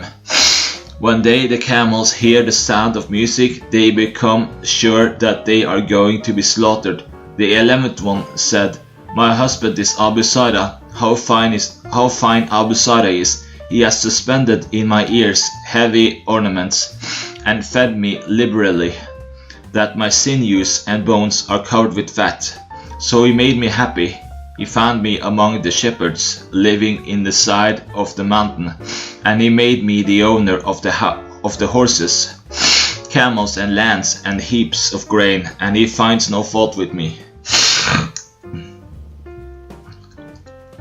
I sleep and get up in the morning at my own sweet will, and drink to my heart's content. The mother of Abu Sada, how fine is the mother of Abu Sada!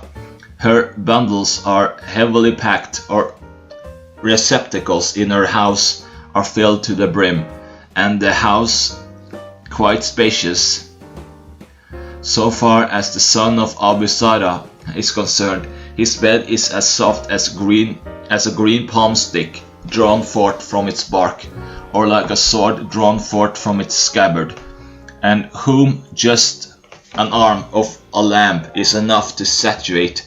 So far as the daughter of Abu Sada is concerned, how fine is the daughter of Abu Sada, obedient to her father, obedient to her mother, wearing sufficient flesh, and a source of jealousy for her co-wife.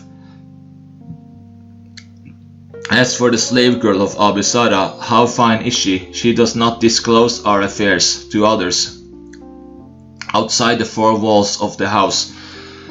She does not remove our wheat or provision, or take it forth, or squander it, but she preserves it faithfully as a sacred trust, and she does not let the house fill with rubbish.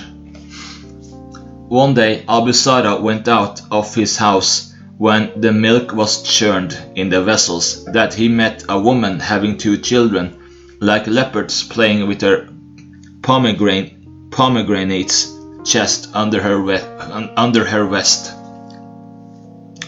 He divorced me, Sara, and married that woman whom Abu Sara met on the way. Sara later on married another person, a chief who was an expert rider and a fine archer. He bestowed upon me many gifts and gave me one pair of every kind of animal and said, Sara, make use of everything you need and send forth to your parents, but the fact is that even if I combine all the gifts that he bestowed upon me, they stand no comparison to the least gift of Abu Sara. Aisha reported that Allah's Messenger said to me, I am for you as Abu Sara was for Sara. This hadith has been transmitted on the authority of Hisham bin Urwa, but with a slight variation of wording. Chapter 15. The virtues of Fatima Ra, the daughter of the Prophet Sah. Miswar bin Makramali reported that he heard Allah's Messenger say as he sat on the pulpit, the sons of Hisham bin Mughira have asked my permission to marry their daughter with Ali bin Abi Talib. That refers to the daughter of Abu Jahl, for whom Ali had sent a proposal for marriage, but I would not allow them. I would not allow them, and the only alternative possible is that Ali should divorce my daughter and then marry their daughter, for my daughter is part of me. He who disturbs her in fact disturbs me, and he who offends her offends me.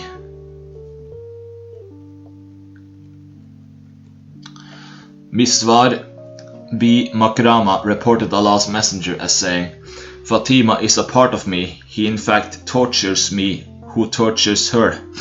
Imam Zayn ul Abidin Ali bin Hussein reported that when they came to Medina from Yazid bin Muawiyah after the martyrdom of Hussein bin Ali, Allah be pleased with him, Miswar bin Makrama met him and said to him, Is there any work for me which you ask me to do?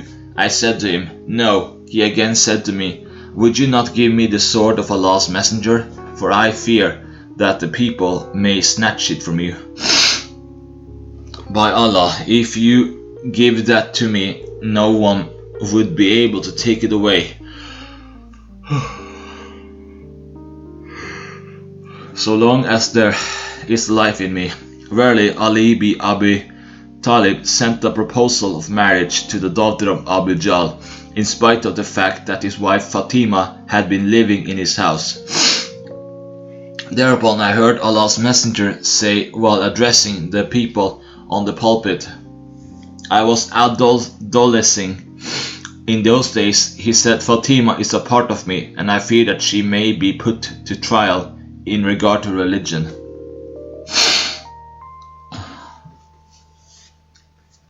He then made a mention of his son-in-law who had been from the tribe of Abd Shams, and praised his behavior as a son-in-law, and said, Whatever he said to me, he told the truth, and whatever he promised, he fulfilled it for me. I am not going to declare forbidden what is lawful and make lawful what is forbidden, but by Allah, the daughter of Allah's Messenger and the daughter of the enemy of Allah can never be combined at one place.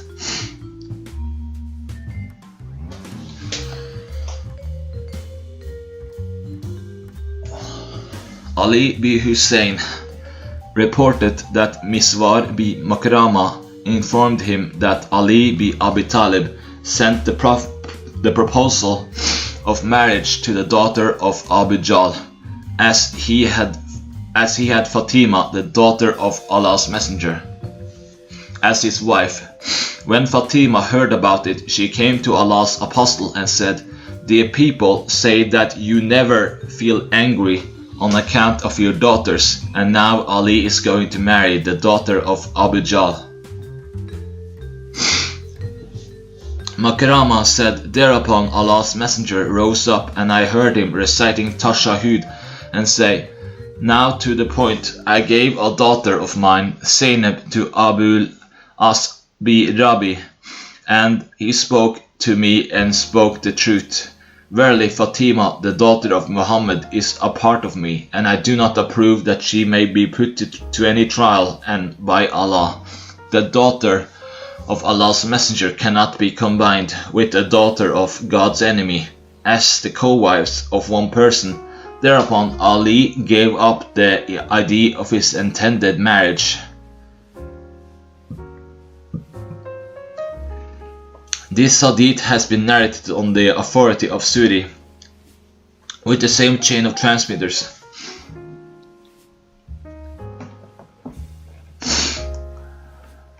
Aisha reported that Allah's messenger called his daughter Fatima during his last illness. He said to her something secretly, and she wept.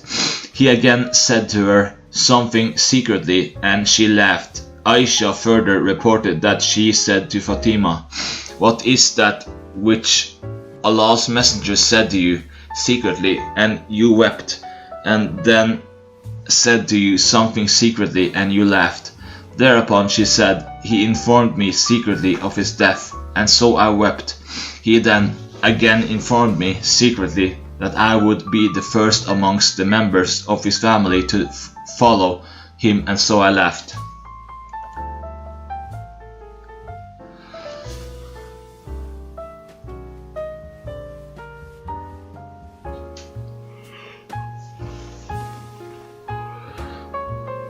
Aisha reported, we, the wives of Allah's apostle, were with him during his last illness, and none was absent therefrom, that Fatima, who walked after the style of Allah's messenger, came there.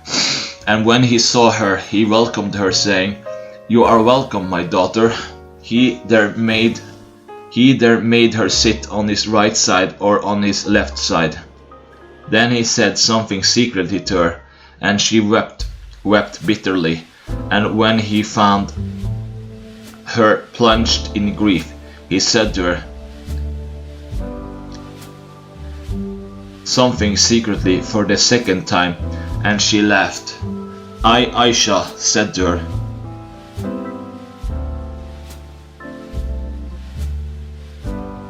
Allah's messenger has singled you amongst the women of the family for talking to you something secretly, and you wept. When Allah's messenger recovered from illness, I said to her, what did Allah's messenger say to you? Thereupon she said, I am not going to disclose the secret of Allah's messenger. When Allah's messenger died, I said to her, I adjure you by the right that I have upon you that you should narrate to me what Allah's messenger said to you.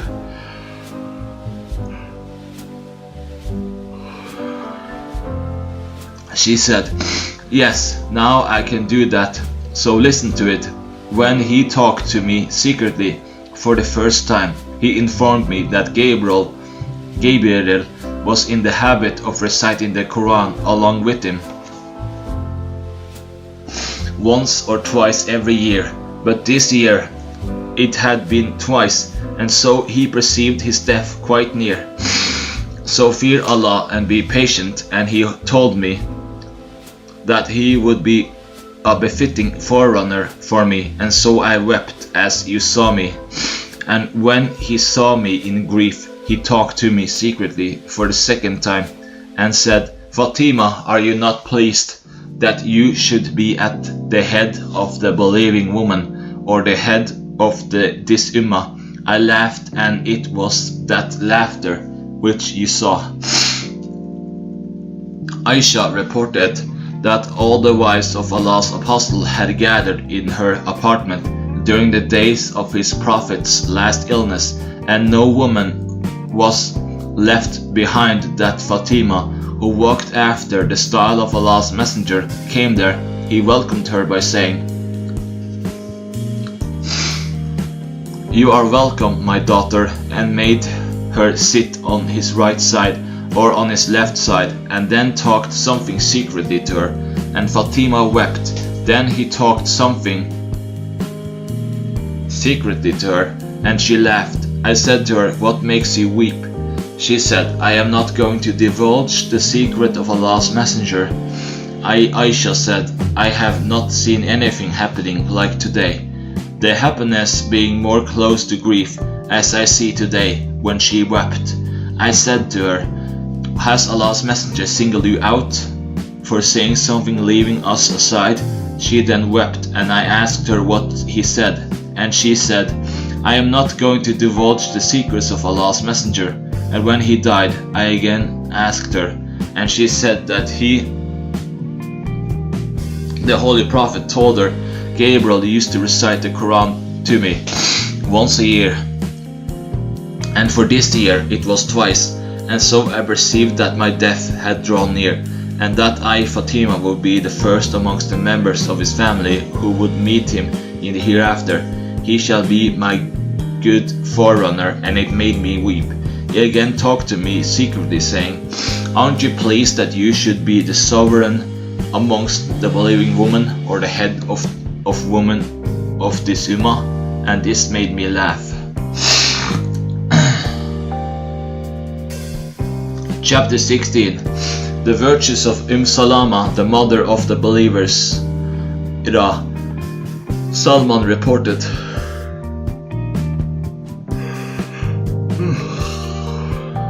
"In case it lies in your power, don't be one to enter the bazaar first and the last to get out of that, because there is a bustle, and the standard of Satan is set there." He said, "I was informed that Gabriel, Allah be pleased with him, came to Allah's apostle, and there was with him Salama, and he began to talk with him. He then stood up, whereupon Allah's apostle said to Salama, 'Do you know who was he, and what did he say?' She said, 'He was Dihya Kalbi.' He reported Salama having said, 'By Allah, I did not deem him, but only he, Dihya, until I heard the address of Allah's apostle, informing him about us.' He, the narrator, said, 'I said to Uthman, "From whom did you hear it?" He said, "From Usima bin Zayd."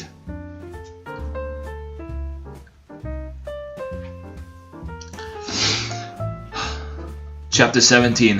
The virtues of Zainab, the mother of the believers.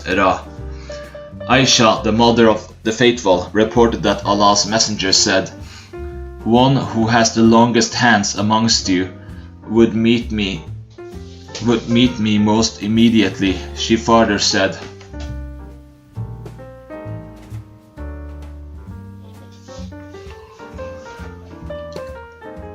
"They, the wives of Allah's apostle, used to measure the hands as to whose hand was the longest, and it was the hand of Zainab that was the longest amongst them, as she used to work with her hand and spend that income on charity."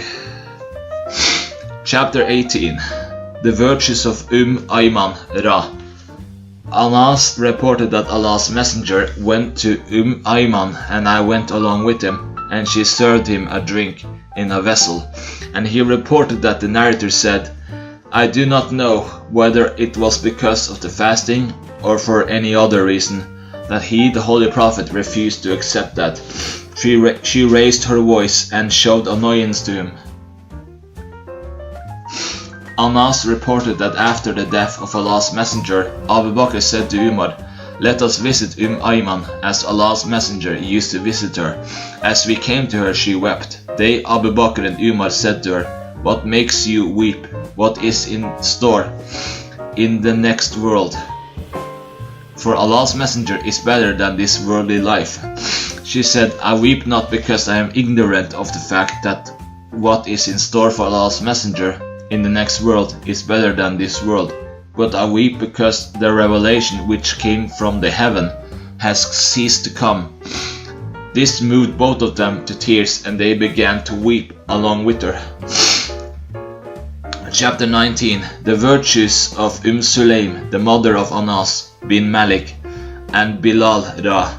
Anas reported that Allah's apostle did not enter the house of any woman except that of his wives and that of Sulaim. He used to visit her. It was said to him why it was so, whereupon he said, I feel great compassion for her. Her brother was killed while he was with me.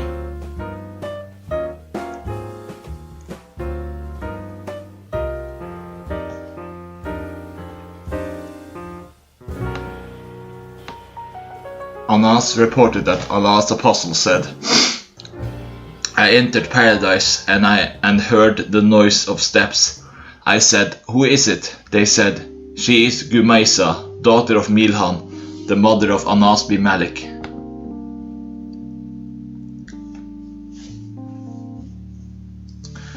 Jabir bin Abdullah reported that Allah's messenger said, I was shown paradise and I saw the wife of Abu Talha, Sulaim, and I heard the noise of steps before me, and lo, it was that of Bilal. Chapter 20. The virtues of Abu Talha al-Ansari Ra.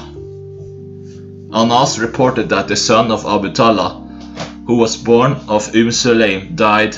She, Sulaim, said to the members of her family, do not narrate to Abu Talha about his son until I narrate it to him. Abu Talha came home. She presented to him the supper. He took it and drank water. She then embellished herself, which she did not do before.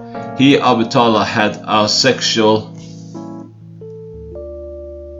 intercourse with her, and when she saw that he was satisfied after sexual intercourse with her, she said, Abu Talha, if some people borrow something from another family and then the members of the family ask for its return, would they resist its return? He said, no. She said, I inform you about the death of your son. He was annoyed and said, you did not inform me until I had a sexual intercourse with you, and you later on gave me information about my son. He went to Allah's messenger and informed him what had happened. Thereupon Allah's messenger said, may Allah bless both of you in the night spent by you. He, the narrator, said, she became pregnant. Allah's messenger, may peace be upon him, was in the course of a journey, and she was along with him. And when Allah's messenger came back to Medina from the journey, he did not enter his house during the night. When the people came near Medina, she felt the pangs of delivery. He, Abu Talha, remained with her, and Allah's messenger proceeded on. Abu Talha said, O Lord, you know that I love to go along with Allah's messenger when he goes out, and enter along with him when he enters, and I have been detained, as thou seest. Sulaim said, Abu Talha, I do not feel so much pain as I was feeling formerly, so better proceed on. So we proceeded on, and she felt the pangs of delivery as they reached Medina, and a child was born, and my mother said to me, Anas, none should suckle him until you go to Allah's messenger tomorrow morning. And when it was morning, I carried him, the child, and went along with him to Allah's messenger, may peace be upon him. He said, I saw that he had in his hand the instrument for the cauterization of the camels. When he saw me, he said, this is perhaps what Sulaim has given birth to. I said, yes. He laid down that instrument on the ground. I brought that child to him and placed it in his lap, and Allah's messenger asked Ajwa, dates of Medina, to be brought, and softened them in his mouth.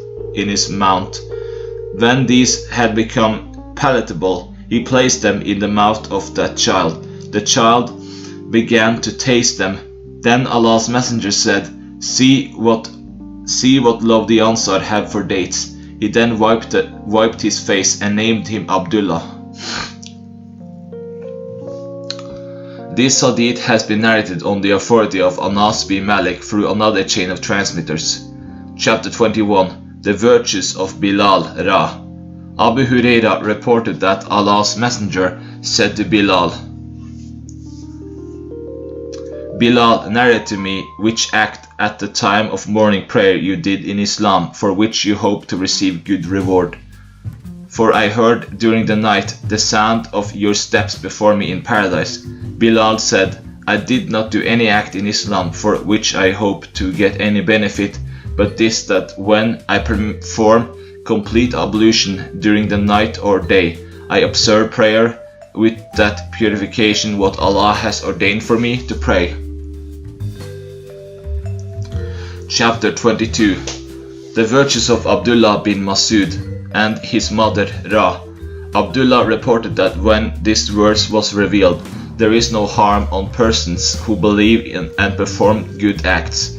What they had eaten formerly, when they avoided it now, and they affirmed their faith. V93, up to the end. Allah's Messenger said to me, you are one amongst them. Abu Musa reported, when I and my brother came from Yemen, we used to consider Ibn Masud and his mother amongst the members of the household of Allah's Messenger, because of their visiting them frequently and staying there for long periods of time. The above hadith is narrated likewise through another chain of transmitters. Abu Musa reported, I came to Allah's Messenger and thought that Abdullah was amongst the members of the family, or like that.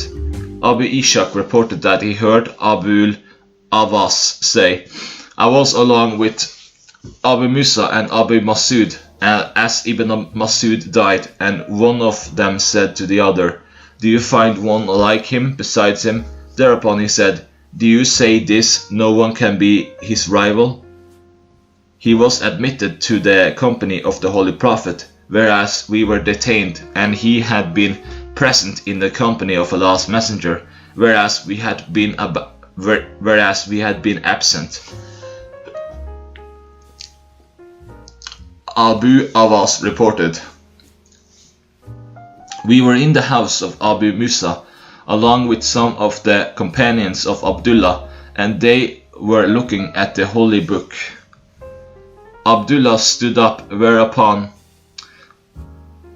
Abu Masud said, I do not know whether Allah's Messenger has left after him one having a better knowledge of Islam than the man who is standing. Abu Musa said, if you say this, that is correct, because he had been present when we had been absent, and he was permitted when we were detained.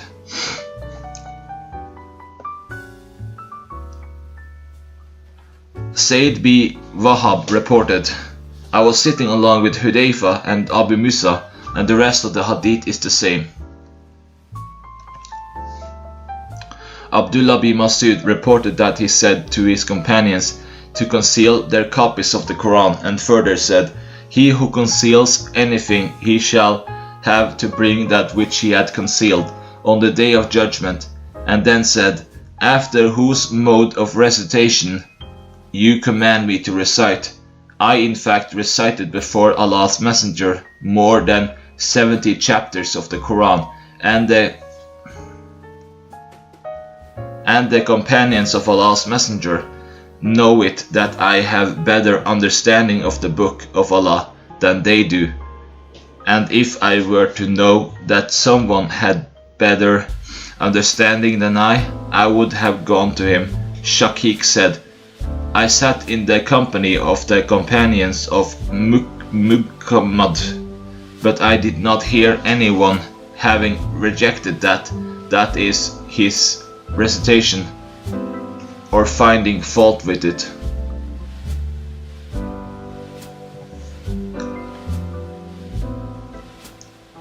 Abdullah reported, by him besides whom there is no God, there is no chapter in the Book of Allah, about which I do not know as to where it was revealed, and there is no verse about which I do not know in what context it was revealed, and if I were to know of one having a better understanding of the Book of Allah than I, and I could reach him on the back of the mule, I would have definitely gone to him on camel's back.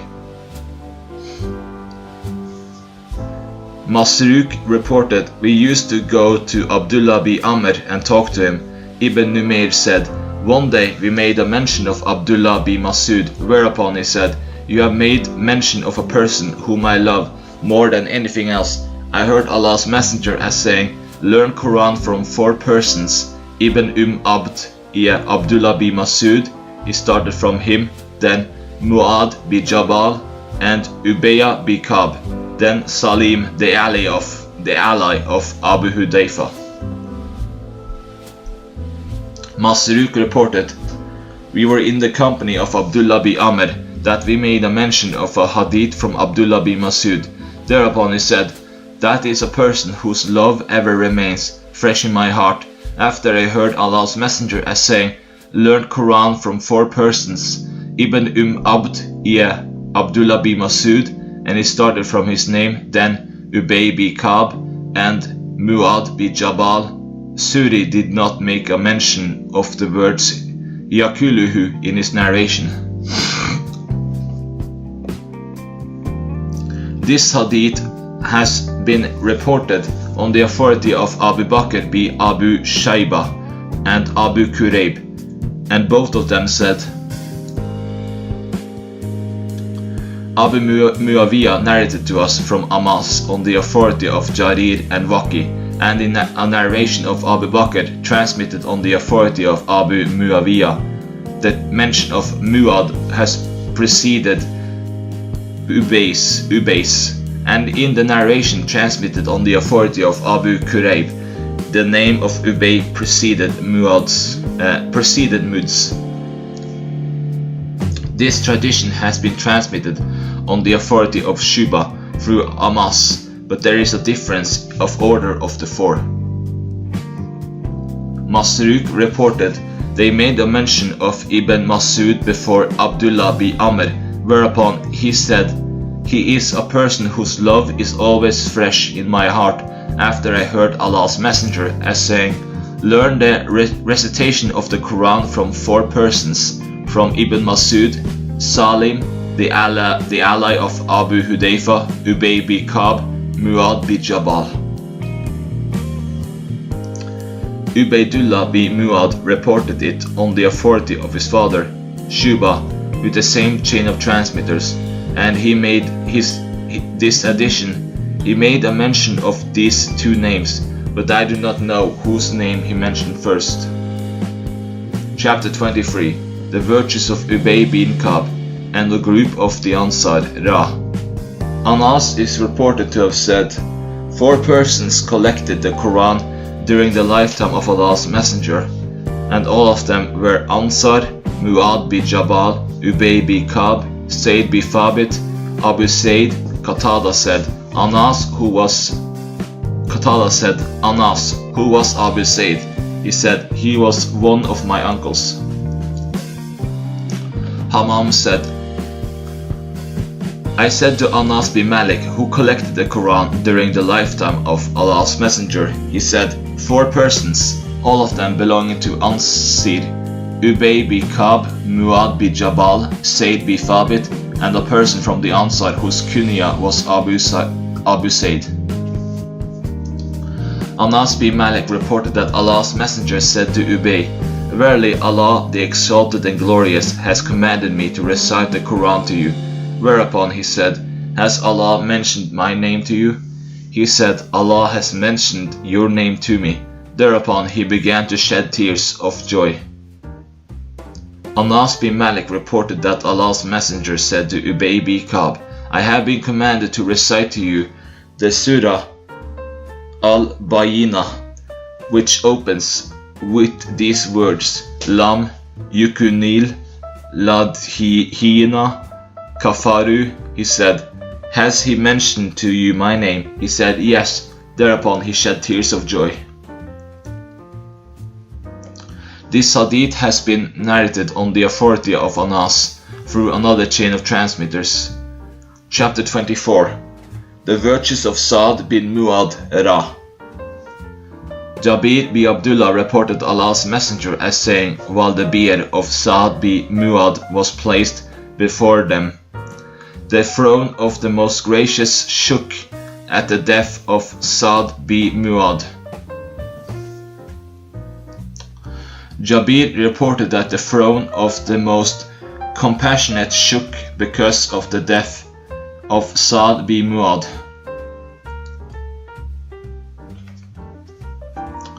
Anas bin Malik reported Allah's messenger as saying that his bier, that of Sa'd, was placed before them, and the throne of the most compassionate shook. Al-Bara reported that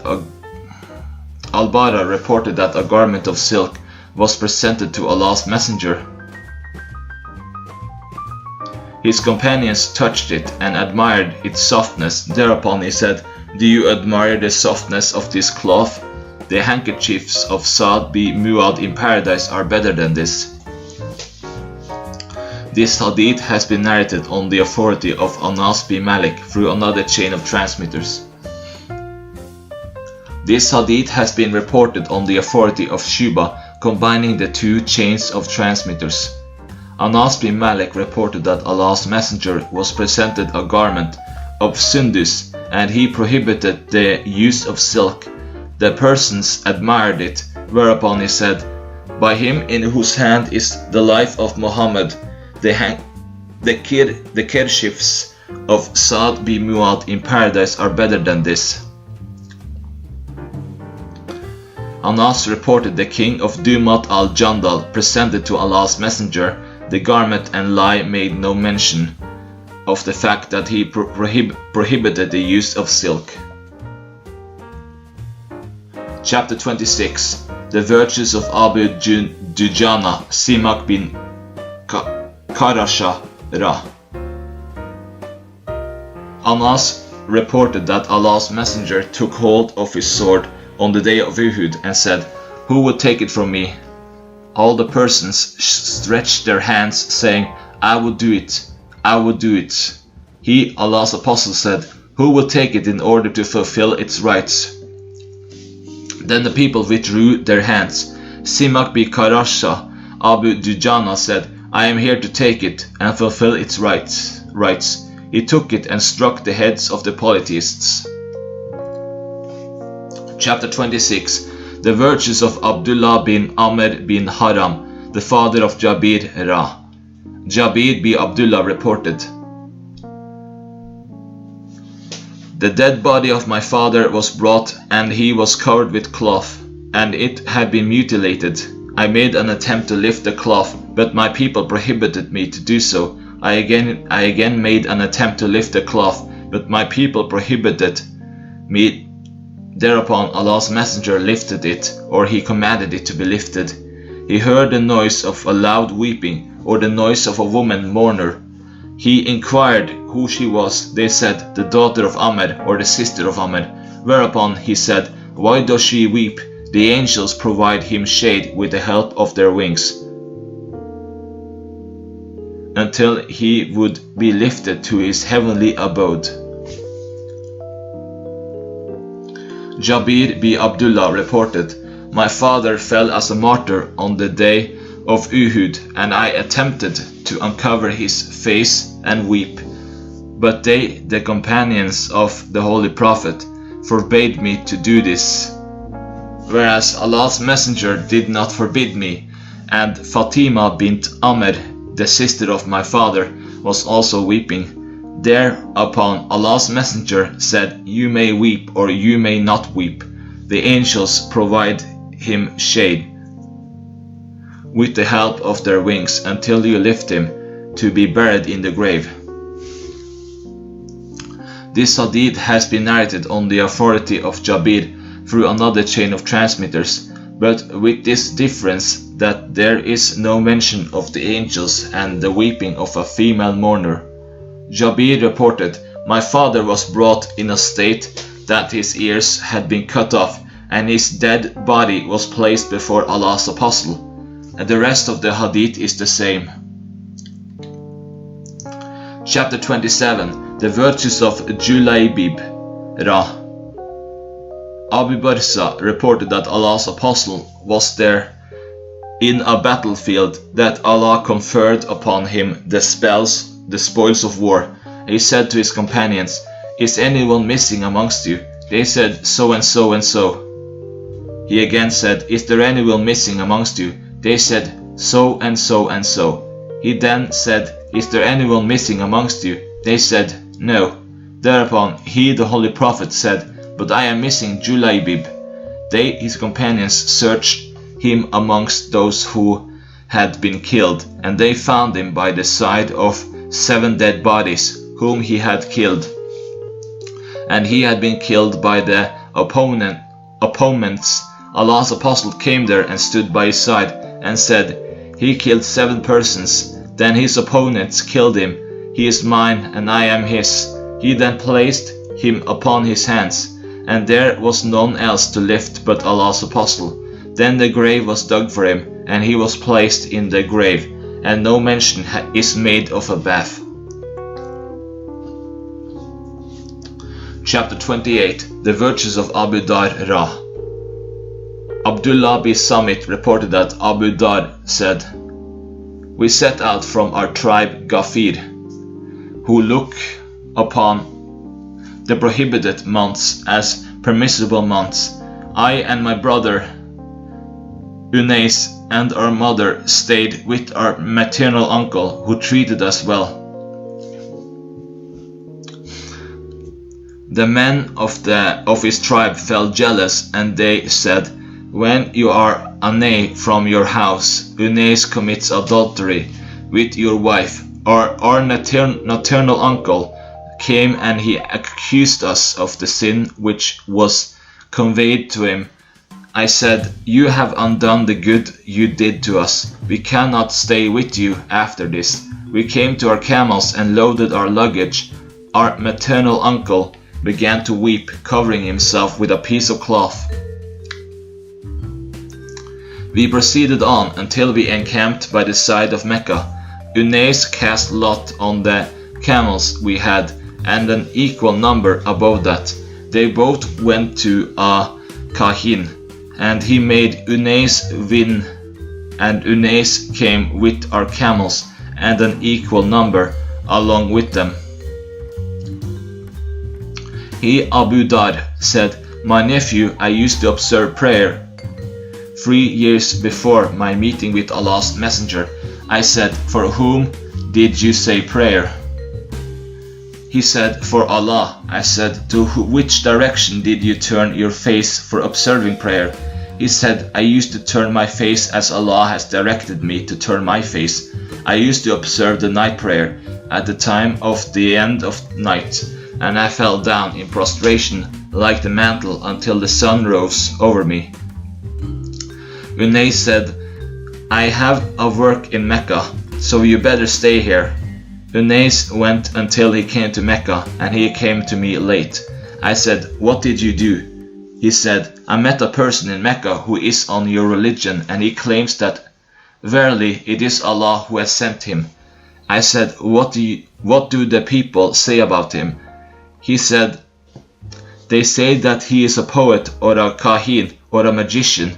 Unais, who was himself one of the poets, said, 'I have heard the words of a kahin, but his words in no way resemble his words.' And one also compared his words to the verses of poets, but such words cannot be uttered by any poet.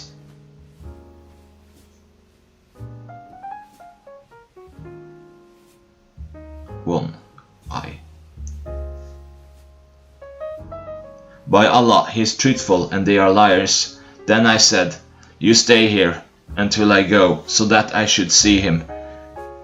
He said, 'I came to Mecca and I selected an insignificant person from amongst them and said to him, "Where is he whom you call As-Sabi?" He pointed out towards me, saying, "He is Sabi." Thereupon the people of the valley attacked me with swords and bows until I fell down unconscious. I stood up after having regained my consciousness, and I found as if I was a red idol. I came to Samsam and washed blood from me and drank water from it and listened. O son of my brother, I stayed there for 30 nights or days, and there was no food for me but the water of Samsar, and I became so bulky that there appeared wrinkles upon my stomach, and I did not feel any hunger in my stomach. It was during this time that the people of Mecca slept in the moonlit night, and none was there to circumambulate the house but only 2 women who had been invoking the name of Isapha and Naila, the 2 idols. They came to me while in their circuit, and I said, marry one with the other. But they did not dissuade from their invoking. They came to me, and I said to them, insert wood in the idols' private parts. I said this to them in such plain words as I could not express in metaphorical terms. These women went away crying and saying, had there been one amongst our people, he would have taught a lesson to you for the obscene words used for our idols before us. These women met Allah's messenger and Abu Bakr, who had also been coming down the hill. He asked them, what has happened to you? They said, there is Sabi, who has hidden himself between the Kaaba and its curtain. He said, what did he say to you? They said, he uttered such words before us as we cannot express. Allah's messenger came, and he kissed a black stone and circumambulated the house along with his companion, and then observed prayer. And when he had finished his prayer, Abu Dar said, I was the first to greet him with the salutation of peace, and uttered these words in this way. Allah's messenger, may there be peace upon you. Whereupon he said, it may be upon you too, and the mercy of Allah. He then said, who are you? I said, from the tribe of Gifar. He leaned his hand and placed his finger on his forehead, and I said to myself, perhaps he has not liked it that I belong to the tribe of Gifar. I attempted to catch hold of his hand, but his friend, who knew about him more than I, dissuaded me from doing so. He then lifted his head and said, since how long have you been here? I said, I have been here for the last 30 nights or days. He said, who has been feeding you? I said, there has been no food for me but the water of Samsam.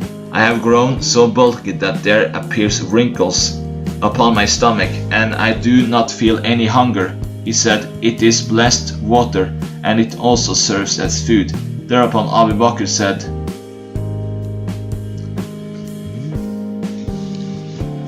Allah's messenger, let me serve as a host to him for tonight. And then Allah's messenger proceeded forth, and so did Abu Bakr, and I went along with them. Abu Bakr opened the door, and then he brought for us the raisins of Taif, and that was the first food which I ate there. Then I stayed as long as I had to stay. I then came to Allah's messenger, and he said, I have been shown the land abounding in trees, and I think it cannot be but that of Yathrib, that is the old name of Medina. You are a preacher to your people on my behalf. I hope Allah would benefit them through you, and He would reward you. I came to Unais, and he said, what have you done? I said, I have done that I have embraced Islam, and I have testified to the prophethood of Allah's messenger. He said, I have no aversion for your religion, and I also embrace Islam and testify to the prophethood of Muhammad. Then both of us came to our mother, and she said, I have no aversion for your religion, and I also embrace Islam, and testified to the prophethood of Muhammad. We then loaded our camels and came to our tribe Gifir, and half of the tribe embraced Islam, and their chief was Aimi bi Rahada Gifir, and he was their leader, and half of the tribe said, we will embrace Islam when Allah's messenger, may peace be upon him, would come to Medina. And when Allah's messenger came to Medina, the remaining half also embraced Islam. Then the tribe Aslam came to the Prophet and said, Allah's messenger, we also embrace Islam, like our brothers who have embraced Islam. And they also embraced Islam. Thereupon Allah's messenger said, Allah granted pardon to the tribe of Gifar, and Allah saved from destruction the tribe of Aslam. This hadith has been narrated on the authority of Humayd bi Hilal, with the same chain of transmitters, but with this addition. As I came to Mecca, Unais said, well, go, but be on your guard against the Meccans, for they are his enemies and are annoyed with him. Abdullah bin Samit reported that Abu Dar said, son of my brother, I used to observe prayer 2 years before the advent of Allah's apostle. I said, to which direction did you turn your face? He said, to which Allah directed me to turn my face. The rest of the hadith is the same, but with this addition, that they went to a Kahin, and his brother Unais began to praise him until he in verses declared him Unais as winner in the contest of poetry. And so we got his camels, mixed them with our camels, and there is in this hadith also these words, that Allah's apostle came there, and he circumambulated the house and observed 2 rakahs of prayer behind the station of Ibrahim.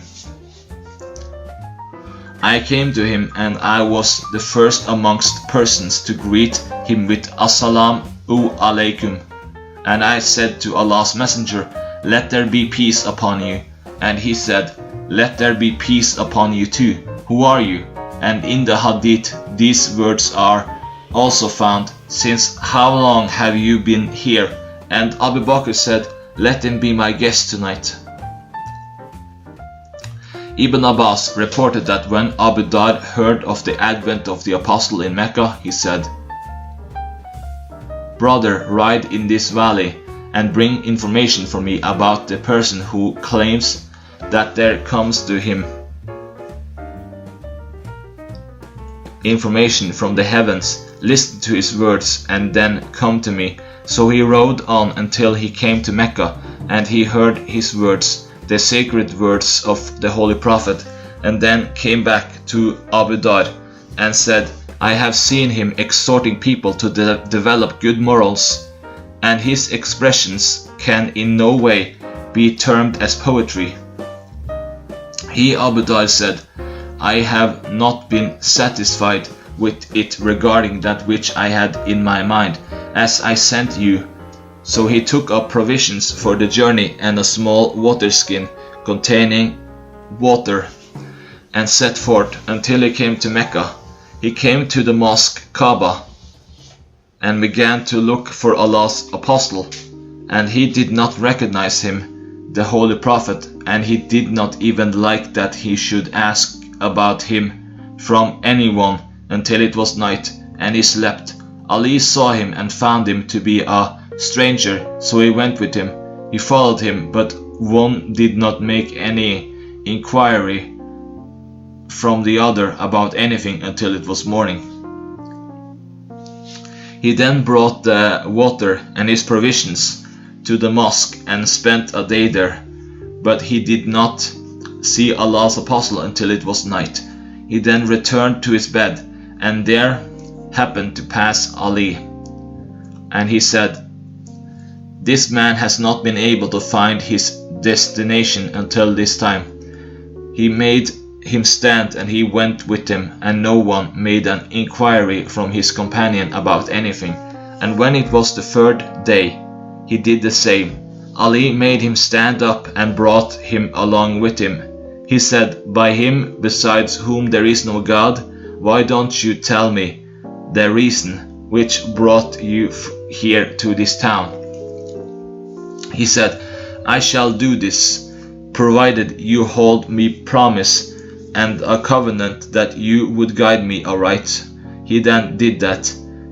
Ali said, "Verily he is truthful, and he is a messenger of Allah. And when it is morning, follow me, and if I would say anything from which I would sense fear about you, I would stand in a manner as if I was throwing water, and if I move on, you then follow me until I get in some house." He did that, and I followed him until he came to Allah's messenger. He entered the house of Allah's apostle along with him, and listened to his words, and embraced Islam at this very place. Allah's apostle said to him, "Go to your people and inform them until my command reaches you." Thereupon he said, "By him in whose hand is my life, I shall say to the people of Mecca this thing at the top of my voice." So he set forth until he came to the mosque, and then spoke at the top of his voice, saying, "I bear testimony to the fact that there is no God but Allah, and that Muhammad is a messenger of Allah." The people attacked him and made him fall down when Al-Abbas came, and he leaned over him and said, "Woe be upon you! Don't you know that he is from amongst the tribe of Gifar, and your trading route to Syria passes through the settlements of this tribe?" And he rescued him. He, Abu Dhar, did the same on the next day, and the Meccans again attacked him, and Al-Abbas leaned upon him, and he rescued him. Chapter 29. The virtues of Jarir bin Abdullah Rah. 6050. Jarir bin Abdullah said, "Allah's messenger never refused me permission to see him since I embraced Islam, and never looked at me but with a smile." Jarir reported, "Since I embraced Islam, Allah's messenger never refused to see me, and he did not see me but with a smile on his face." Ibn Numayr has made this addition to this hadith, which has been reported on the authority of Ibn Idris that he, Jarir, made this complaint to him, to the Holy Prophet, "I cannot sit upon the horse with firmness," whereupon he, Allah's apostle, struck his chest with his hand and prayed, "O Allah, make him steadfast and rightly guided." Jabir reported that there was in pre-Islamic days a temple called Dul Khalasa, and it was called the Yamanite Kaaba, or the Northern Kaaba. Allah's messenger said unto me, "Will you rid me of Dul Khalasa?" And so I went forth at the head of 350 horsemen of the tribe of Amas, and we destroyed it and killed whomsoever we found there. Then we came back to him, to the Holy Prophet, and informed him, and he blessed us and the tribe of Amas. Jarir bin Abdullah al-Bajali said, "Allah's messenger said to me, Can't one rid me of Dul Khalasa, the idol house of Khattam?" And this idol house was called the Yamanite Kaaba. So I went along with 150 horsemen, and I could not sit with steadfastness upon the horse. I made the mention of it to Allah's messenger, and he struck his hand on my chest and said, "O Allah, grant him steadfastness and make him the guide of righteousness and the rightly guided one." So he went away, and he set fire to it. Then Jarir sent some person to Allah's messenger, whose kunya was Abu Arta to give him the happy news about that. He came to Allah's messenger and said, I have not come to you but with the news that we have left Dul Khalasa as a scathed camel. Thereupon Allah's messenger blessed the horses of Amas and the men of their tribe 5 times.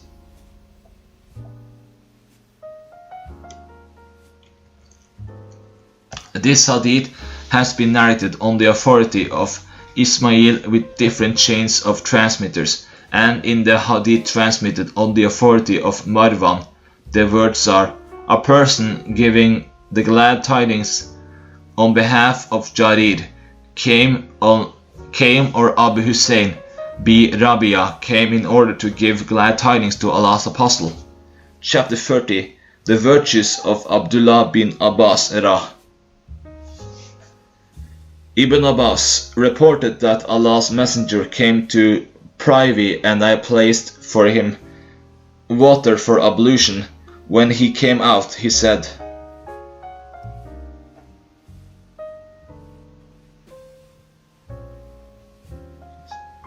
who placed it here? And in a version of Sahih, the companions said, and in the version of Abu Bakr, the words are, I said, it is Ibn Abbas who has done that. Whereupon he, the Holy Prophet, said, may Allah grant him deep understanding of religion. Chapter 31. The virtues of Abdullah bin Umar Ra. Ibn Umar reported, I saw in a state of sleep, as if I have in my hand a piece of silk cloth, and there is no place in the paradise where I intend to reach, but that piece of cloth does not fly towards it. I made a mention of it to Hafsa, the sister of Ibn Umar, and Hafsa made a mention of it to Allah's Apostle, whereupon Allah's Apostle said, I find Abdullah bin Umar a pious person.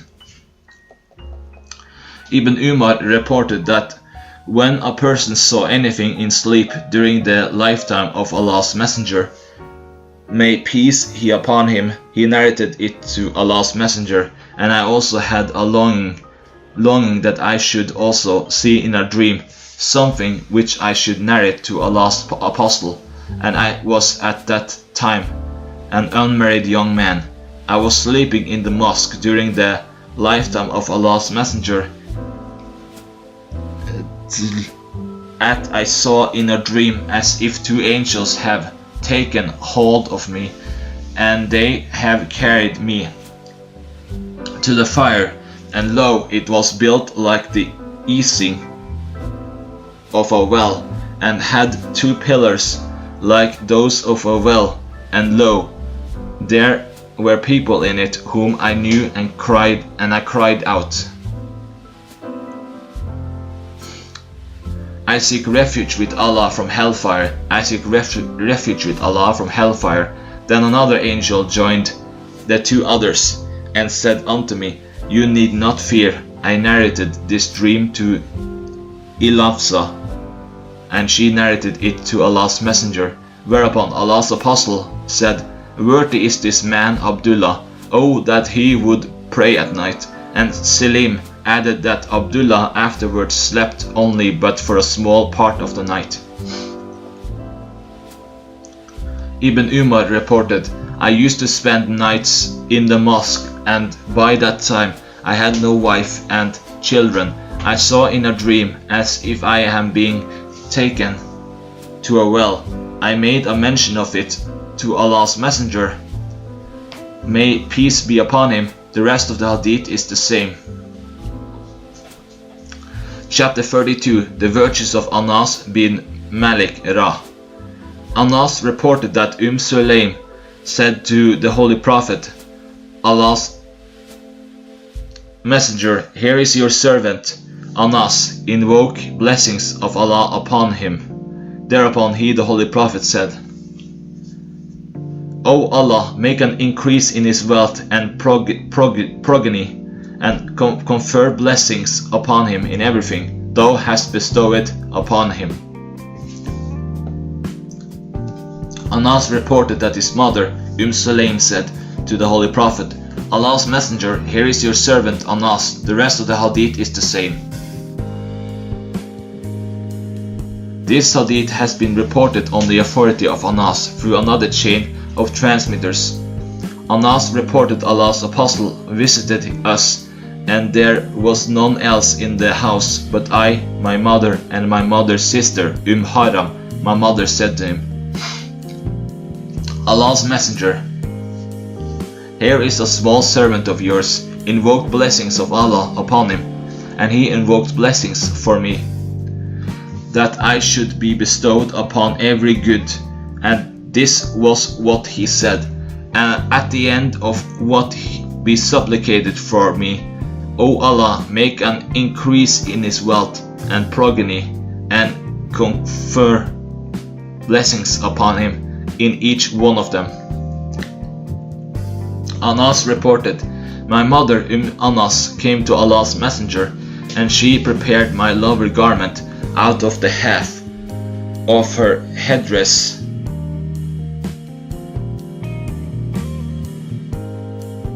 and with the other half she covered my upper body and said, Allah's Messenger, here is my son Unais. I have brought him to you for serving you. Invoke blessings of Allah upon him. Thereupon he, the Holy Prophet, said, O Allah, make an increase in his wealth and progeny. And Anas said, by Allah, my fortune is huge, and my children and grandchildren are now more than 100. Anas bin Malik said, Allah's Messenger passed by our house, that my mother Sulaim listened to his voice and said, Allah's Messenger, let my father and my mother be sacrificed for thee. Here is Unais, and requested him to invoke blessings upon me. So Allah's Messenger invoked 3 blessings upon me. I have seen the results of the 2 in this very world in regard to wealth and progeny, and I hope to see the result of the 3rd one in the hereafter. Anas reported, Allah's Messenger came to me as I was playing with playmates. He greeted and sent me on an errand, and I made delay in going to my mother. When I came to her, she said, what detained you? I said, Allah's Messenger sent me on an errand. She said, what was the purpose? I said, it is something secret. Thereupon she said, do not then divulge the secret of Allah's Messenger to anyone. Anas said, by Allah, if I were to divulge it to anyone, then, O Thabit, I would have divulged it to you. Anas bin Malik reported that Allah's Apostle told me something secretly. I informed none about that, and Sulaim asked me about it, but I did not tell her even.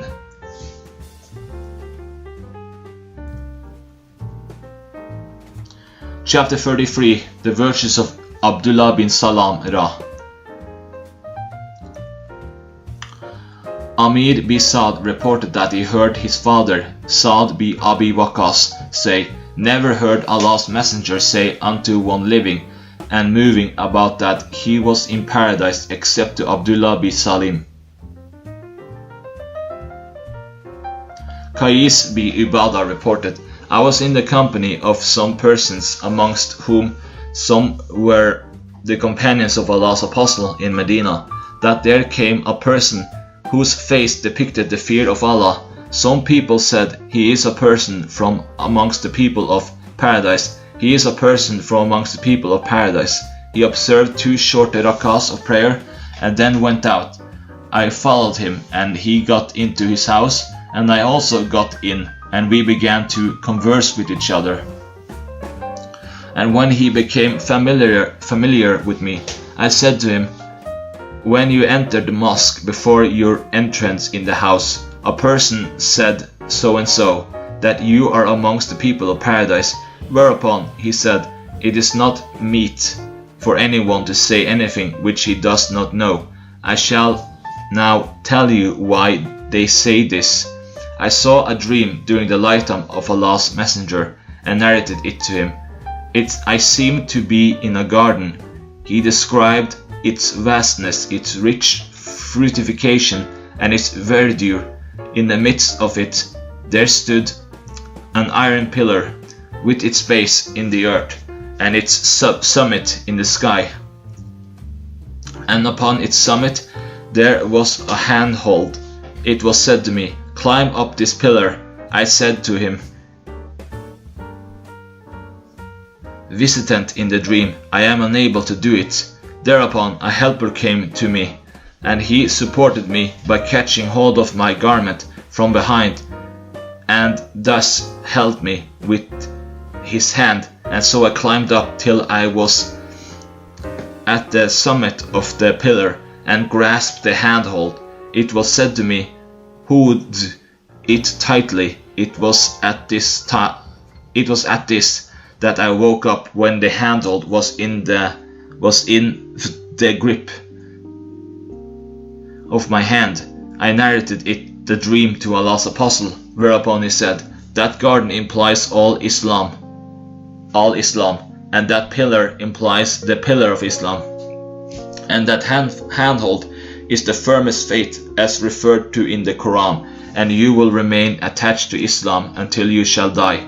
And that man was Abdullah bin Salim. Qais bin Ubaidah reported, "I was sitting in a company in which there were besides others Saad bin Malik and Ibn Umar, that Abdullah bin Salim happened to pass by that side. They, the people sitting in the company, said, 'He is a person from amongst the dwellers of paradise.' I stood up and said to him, 'They say such and such thing about you.'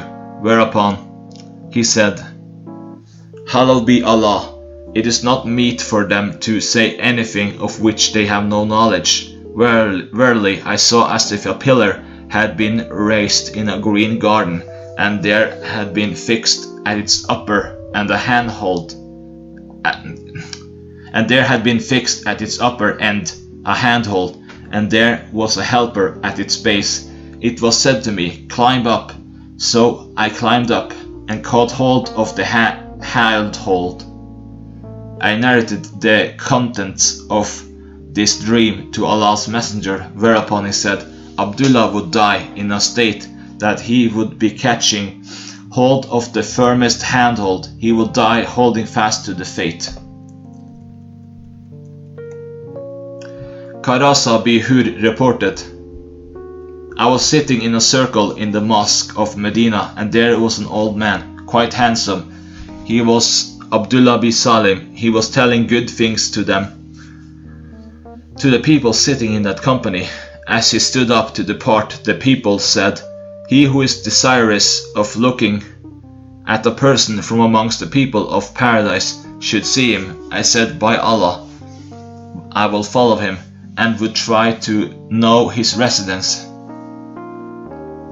So I followed him, and he walked on until he reached the outskirts of Medina. He then entered his house. I sought permission from him to get in, and he granted me the permission, saying, My nephew, what is the need that has brought you here? I said to him, As you stood up, I heard people say about you, He who is desirous of seeing a person from among the people of paradise should look at him. So I became desirous of accompanying you. He, Abdullah bin Salim, said, It is Allah who knows best about the people of paradise. I would, however, narrate to you as to why they said like it. The story is that while I was asleep one night, there came to me a person in the dream who asked me to stand up. So I stood up, and he caught hold of my hand, and I walked along with him. And lo, I found some paths on my left, and I was about to set out upon them. Thereupon he said to me, Do not set yourself on them, for these are the paths of the leftists, the denizens of hellfire. Then there were paths leading to the right side, whereupon he said, Set yourself on these paths. We came across a hill, and he said to me, climb up, and I attempted to climb up. That I fell upon my buttocks. I made several attempts, but failed to succeed. He led until he came to a pillar so high that its upper end touched the sky, and its base was in the earth, and there was a handhold at its upper end. He said to me, climb over it. I said, how can I climb upon it, as its upper end touches the sky? He caught hold of my hand and pushed me up, and I found myself suspended with the handle. He then struck the pillar, and it fell down, but I remained attached to that handhold until it was morning, and the dream was thus over. I came to Allah's apostle and narrated it to him. He said, so far as the paths which you saw on your left are concerned, these are paths of the leftist denizens of hell, and the paths which you saw on your right, these are the paths of the rightists, the dwellers of paradise, and the mountain represents the destination of the martyrs, which you would not be able to attain. The pillar implies the pillar of Islam, and so far as the handhold is concerned, it implies the handhold of Islam, and you would hold to it fastly until you would meet death. Chapter 34. The virtues of Hassan bin Thabit Ra. Abu Huraira reported that Umar happened to pass by Hassan as he was reciting verses in the mosque. He, Hadrat Umar, looked towards him meaningfully, whereupon he, Ghassin, said, I used to recite verses when one better than you, the Holy Prophet, had been present here. He then looked towards Abu Huraira and said to him, I adjure you by Allah to tell if you had not heard Allah's Messenger as saying, Hassan, give a reply on my behalf. Allah, I help him with Ru'ul Qudus. He, Abu Huraira, said, by Allah, it is so. Yeah, the Prophet actually said these words. Ibn Musayyib reported that Hassan said to a circle in which there was also Abu Huraira, Abu Huraira, I adjure you by Allah to tell whether you had not heard Allah's Messenger saying like this.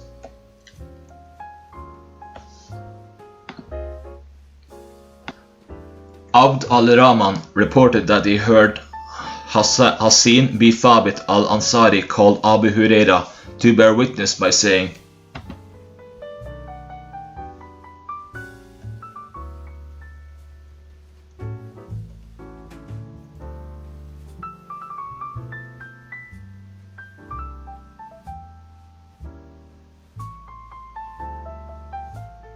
I adjure you by Allah, if you had not heard Allah's Apostle saying, Hassan gave a reply on behalf of the Messenger of Allah, O Allah, help him with Ruhul Qudus.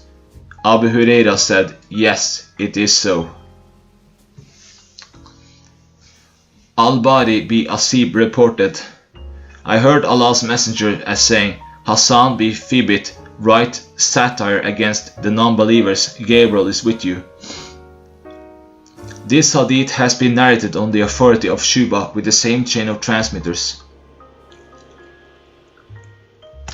Hisham reported on the authority of his father that Hassan bin Thabit talked much about Aisha. I scolded him, whereupon she said, my nephew, leave him, for he defended Allah's Messenger. This hadith has been narrated on the authority of Hisham with the same chain of transmitters. Masruq reported, I visited Aisha when Hassan was sitting there and reciting verses from his compilation. She is chaste and prudent. There is no calumny against her, and she rises up early in the morning without eating the meat of the unmindful. Aisha said, but you are not so. Masruq said, I said to her, why do you permit him to visit you? Whereas Allah has said, and as for him among them who took upon himself the main part thereof, he shall have a grievous punishment, XXIV. Thereupon she said, what torment can be more severe than this, that he has become blind? And he used to write satire as a rebuttal on behalf of Allah's Messenger. This hadith has been reported on the authority of Shuba with the same chain of transmitters, but with a slight variation of wording. Aisha reported that Hasin said, Allah's Messenger permit me to write satire against Abu Sufyan, whereupon he said, how can it be, because I am also related to him? Thereupon he, Hassan, said, by him who has honored you, I shall draw you out from them, their family, just as hair is drawn out from the fermented flour. Thereupon Hassan said, the dignity and greatness belongs to the tribe of Bint Maksum from amongst the tribe of Hisham, whereas your father was a slave. Urwa reported on the same chain of transmitters that Hassan bin Thabit sought permission from Allah's apostle to satirize against the polytheists, but he did not mention Abu Sufyan, and instead of the word al-Kamir, the word al-Ajin was used. Al-Ajin. Aisha reported that Allah's Messenger, may peace be upon him, said, satirized against the non-believing amongst the Quraysh, for the satire is more grievous to them than the hurt of an Arab. So he, the Holy Prophet, sent someone to Ibn Rabi'ah and asked him to satirize against them, and he composed a satire, but it did not appeal to him, to the Holy Prophet. He then sent someone to Ka'b bin Malik to do the same, but what he composed did not appeal to the Holy Prophet. He then sent one to Hassan bin Thabit. As he got into his presence, Hassan said, now you have called for this lion who strikes the enemies with his tail. He then brought out his tongue and began to move it, and said, by him who has sent you with truth, I shall tear them with my tongue, as the leather is torn. Thereupon Allah's Messenger said, don't be hasty. Let Abu Bakr, who has the best knowledge of the lineage of the Quraysh, draw a distinction for you in regard to my lineage, as my lineage is the same as theirs. Hassan then came to him, Abu Bakr, and after making inquiry in regard to the lineage of the Holy Prophet, came back to him, the Holy Prophet, and said, Allah's Messenger, he, Abu Bakr, has drawn a distinction in our lineage and that of the Quraysh. By him who has sent you with truth, I shall draw out from them your name, as hair is drawn out from the floor. Aisha said, I heard Allah's Messenger as saying to Hasin, verily Ru'ul Qudus would continue to help you so long as you put up a defense on behalf of Allah and His Messenger. And she said, I heard Allah's Messenger saying, Hassan satirized against them and gave satisfaction to the Muslims and disquieted the non-Muslims. You satirized Muhammad, but I replied on his behalf. And there is a reward with Allah for this. You satirized Muhammad, virtuous, righteous, the apostle of Allah, whose nature is truthfulness. So verily my father and his father and my honor are our protection to the honor of Muhammad. May I lose my dear daughter if you don't see her. Wiping away the dust from the two sides of Qada, they pull at the rein. going upward. On their shoulders are spears thirsting for the blood of the enemy. Our steeds are sweating, our women wipe them with their mantles. If you had not interfered with us, we would have performed the Umrah, and then there was the victory, and the darkness cleared away. Otherwise, wait for the fighting on the day in which Allah will honor whom He pleases. And Allah said, I have sent a servant who says the truth in which there is no ambiguity. And Allah said, I have prepared an army. They are the Ansar, whose object is fighting the enemy. Their reaches every day. From mud, abuse, or fighting, or satire. Whoever satirizes the apostle from amongst you, or praises him and helps, it is all the same. And Gabriel, the messenger of Allah, is among us, and the Holy Spirit, who has no match.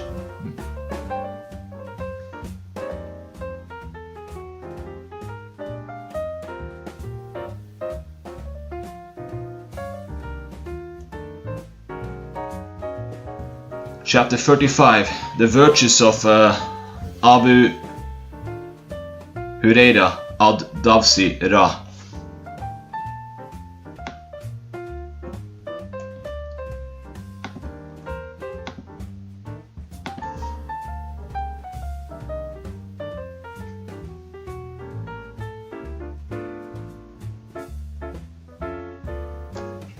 Abu Hurayra reported, I invited my mother, who was a polytheist, to Islam. I invited her one day, and she said to me something about Allah's messenger, which I hated. I came to Allah's messenger, weeping, and said, Allah's messenger, I invited my mother to Islam, but she did not accept my invitation. I invited her today, but she said to me something which I did not like. Kindly supplicate Allah that He may set the mother of Abu Hurayra right. Thereupon Allah's messenger said, O Allah, set the mother of Abu Hurayra on the right path. I came out quite pleased with the supplication of Allah's apostle. And when I came near the door, it was closed from within. My mother heard the noise of my footsteps, and she said, Abu Hurayra, just wait. And I heard the noise of falling of water. She took a bath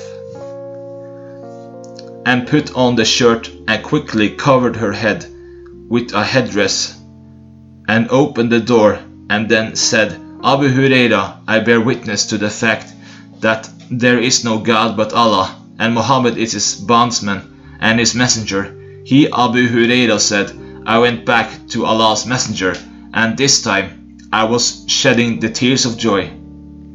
I said, Allah's messenger, be happy, for Allah has responded to your supplication, and He has set on the right path the mother of Abu Hurayra.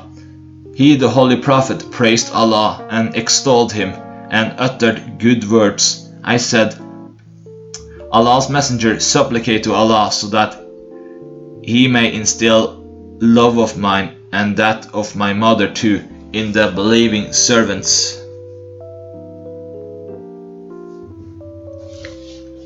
and let our hearts be filled with their love. Whereupon Allah's messenger said, O Allah, let there be love of these servants of yours, Abu Hurayra and his mother, in the hearts of the believing servants, and let their hearts be filled with the love of the believing servants. Abu Hurayra said, this prayer was so well granted by Allah that no believer was ever born who heard of me and who saw me but did not love me. Al-Arraj reported that he heard Abu Hurayra as saying, You are under the impression that Abu Hurayra transmits so many ahadith from Allah's messenger, may peace upon him. Bear in mind, Allah is the great reckoner. I was a poor man, and I served Allah's messenger, being satisfied with bare subsistence, whereas the immigrants remained busy with transactions in the bazaar, while the Ansar had been engaged in looking after their properties. He further reported that Allah's messenger said, "He who spreads the cloth would not forget anything that he would hear from me." I spread my cloth until he narrated something. I then pressed it against my chest, so I never forgot anything that I heard from him. This hadith has been transmitted on the authority of Abu Huraira, but with the variation that the hadith transmitted on the authority of Malik conclude with the words of Abu Huraira, and there is no mention of a transmission of these from Allah's Apostle, who spreads his cloth to the end. Aisha reported, "Don't you feel surprised at Abu Huraira? He came one day and sat beside the nook of my apartment and began to narrate the hadith of Allah's Apostle. I was hearing while I was engaged in extolling Allah, reciting Subhanallah constantly. He stood up before I finished my repetition of Subhanallah. If I were to meet him, I would have warned him in stern words that Allah's messenger did not speak so quickly as you talk." Ibn Shihab transmitted on the authority of Ibn Musayyib that Abu Huraira said, "People say that Abu Huraira transmits so many ahadith, whereas Allah is the reckoner. And they say,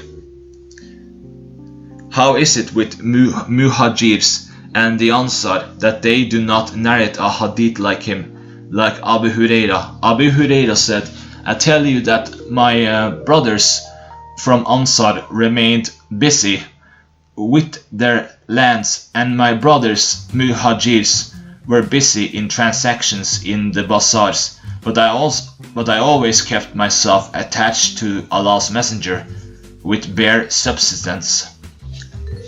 I remained present in the company of the Holy Prophet, whereas they had been absent. I retained in my mind what the Prophet said, whereas they forgot it. One day Allah's messenger said, 'He who amongst you spreads the cloth and listens to my talk, and would then press it against his chest, would never forget anything heard from me.' So I spread my mantle, and when he had concluded his talk, I then pressed it against my chest, and so I never forgot after that day anything that the Holy Prophet said. And if these two verses would not have been revealed in the book, I would have never transmitted anything to anybody. Those who concealed the clear evidence and the guidance that we revealed, II 159, tip to the last verse." This hadith has been transmitted on the authority of Abu Huraira, and the words are, "You say that Abu Huraira narrates so many hadith from Allah's messenger, the rest of the hadith is the same." Chapter 36. The virtues of Habib bin Abi Balta and the people of Badr. Ubaydullah bin Rafi, who was the scribe of Al, reported, "I heard Ali, Allah be pleased with him, as saying, Allah's messenger sent me and Zubair and Miqdad, saying, 'Go to the garden of Kak. It is a place between Medina and Mecca at a distance of 12 miles from Medina, and there you will find a woman riding a camel. She would be in possession of a letter which you must get from her.' So we rushed on horses, and when we met that woman, we asked her to deliver that letter to us. She said, 'There is no letter with me.' We said, 'Either bring out that letter or we would take off your clothes.' She brought out that letter from the plaited hair of her head. We delivered that letter to Allah's messenger, in which Hatib bi Abu Balta had informed some people amongst the polytheists of Mecca about the affairs of Allah's Messenger. Allah's Messenger said, "Hatib, what is this?" He said, "Allah's Messenger, do not be hasty in judging my intention. I was a person attached to the Quraysh." Sufyan said he was their ally but had no relationship with them. Hatib further said, those who are with you amongst the immigrants have blood relationship with them, the Quraysh, and thus they would protect their families. I wish that when I had no blood relationship with them, I should find some supporters from amongst them who would help my family. I have not done this because of any unbelief or apostasy, and I have no liking for the unbelief after I have accepted Islam. Thereupon Allah's Apostle said, "You have told the truth." Umar said, "Allah's Messenger, permit me to strike the neck of this hypocrite." But he, the Holy Prophet, said, "He was a participant in Badr, and you little know that Allah revealed about the people of Badr. Do what you like, for there is forgiveness for you." And Allah the Exalted and Glorious said, "O you who believe, do not take my enemy and your enemy for friends." IX 1. And there is no mention of this verse in the hadith transmitted on the authority of Abu Bakr and Zubair, and Ishaq has in his narration made a mention of the recitation of this verse by Sufyan. Ali reported that Allah's Messenger sent me and Abu Murtad al-Gitnawi and Zubair bi Awam, and we were all riders, and he said, "Ride on until you reach the garden of Kakf, for there is a woman amongst the polytheists, and there is a letter with her sent by Hatib to the polytheists." The rest of the hadith is the same. Jabir reported that a slave of Hatib came to Allah's Messenger, complaining against Hatib, and said, "Hatib will definitely go to hell." But Allah's Messenger said, "You tell a lie. He would not get into that, for he had taken part in Badr and in the expedition of Hudaybiyah."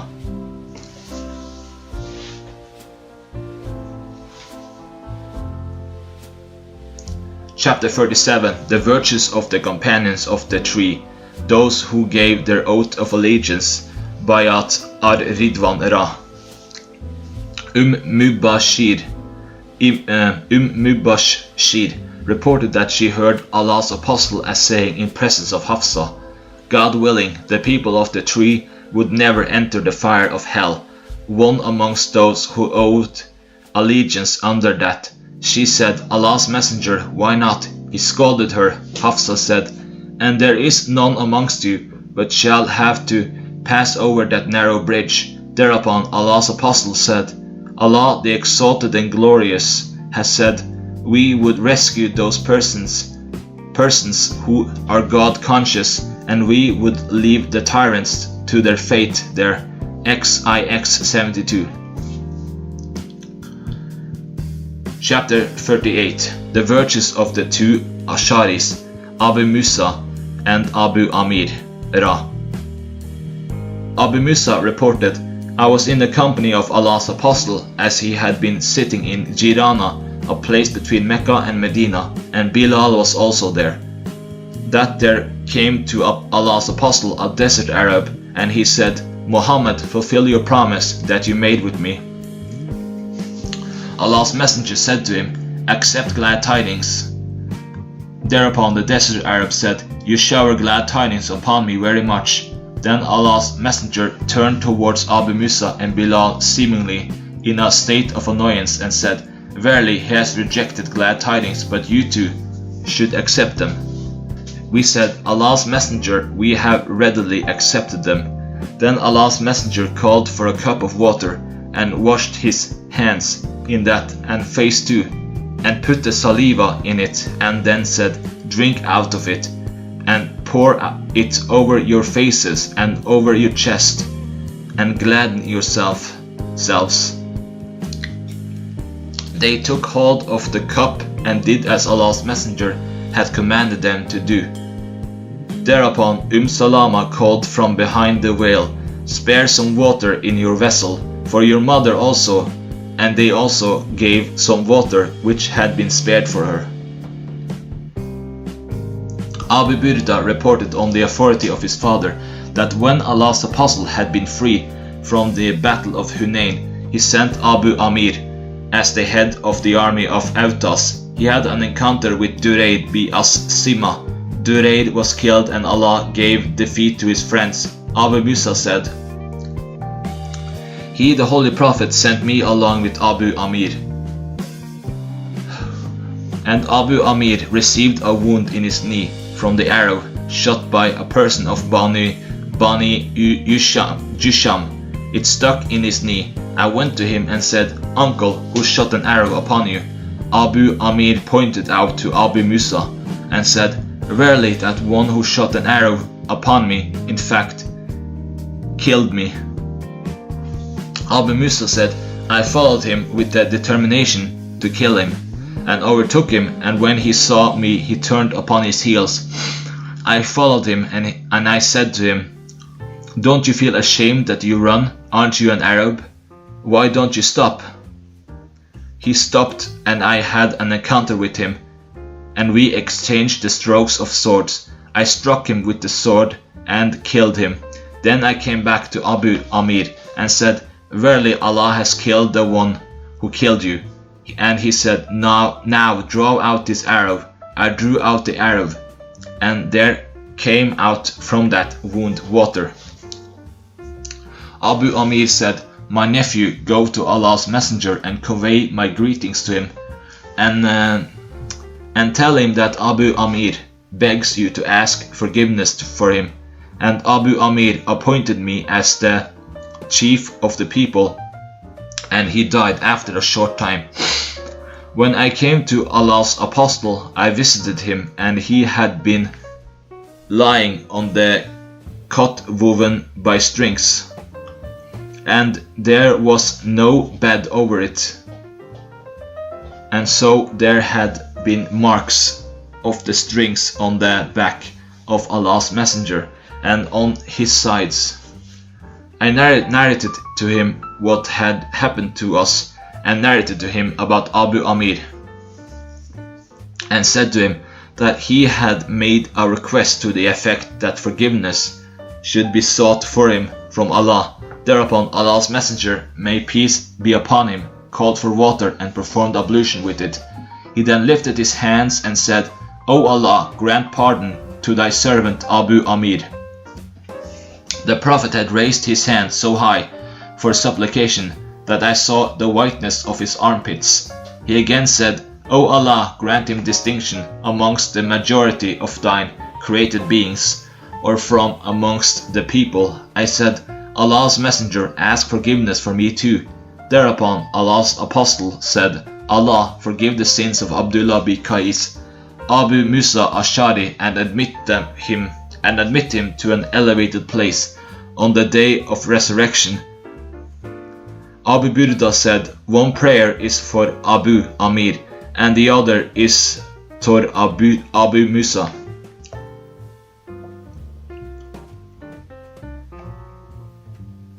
Chapter 39. The virtues of the Asharis. Ra. Abu Musa reported that Allah's messenger said, "I recognize the voice of the Asharites while they recite the Quran as they arrive during the night. And I also recognize their station from the recital of the Quran during the night time, although I have not seen their encampments as they encamp during the daytime. And there is a person amongst them, Hakim, when he encounters the horsemen or the enemies, he says to them, 'My friends, command you to wait for them.'" Abu Musa reported that Allah's messenger said, "When the Asharites run short of provisions in the campaigns or run short of food for their children in Medina, they collect whatever is with them in the cloth and then partake equally from one vessel. They are from me,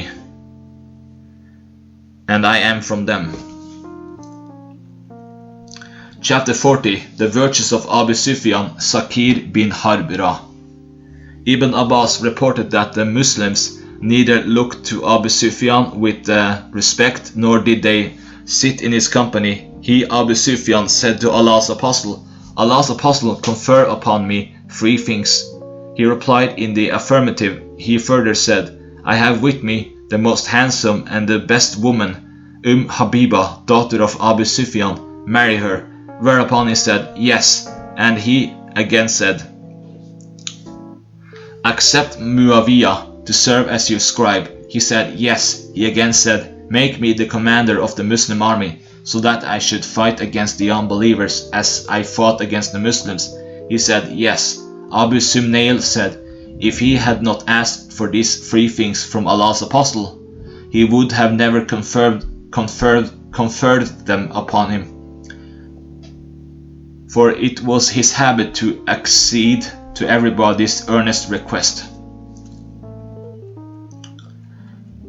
Chapter 41. The virtues of Ja'far bin Abi Talib and Asma bint Umays, and the people of their ship Ra. Abu Musa reported, we were in Yemen when we heard of the migration of Allah's Messenger. We also set out as immigrants to him, and I was accompanied by 2 brothers of mine, I being the youngest of them. One of them was Abu Burda, and the other one was Abu Rum, and there were some other persons with them. Some say they were 53 or 52 persons of my tribe.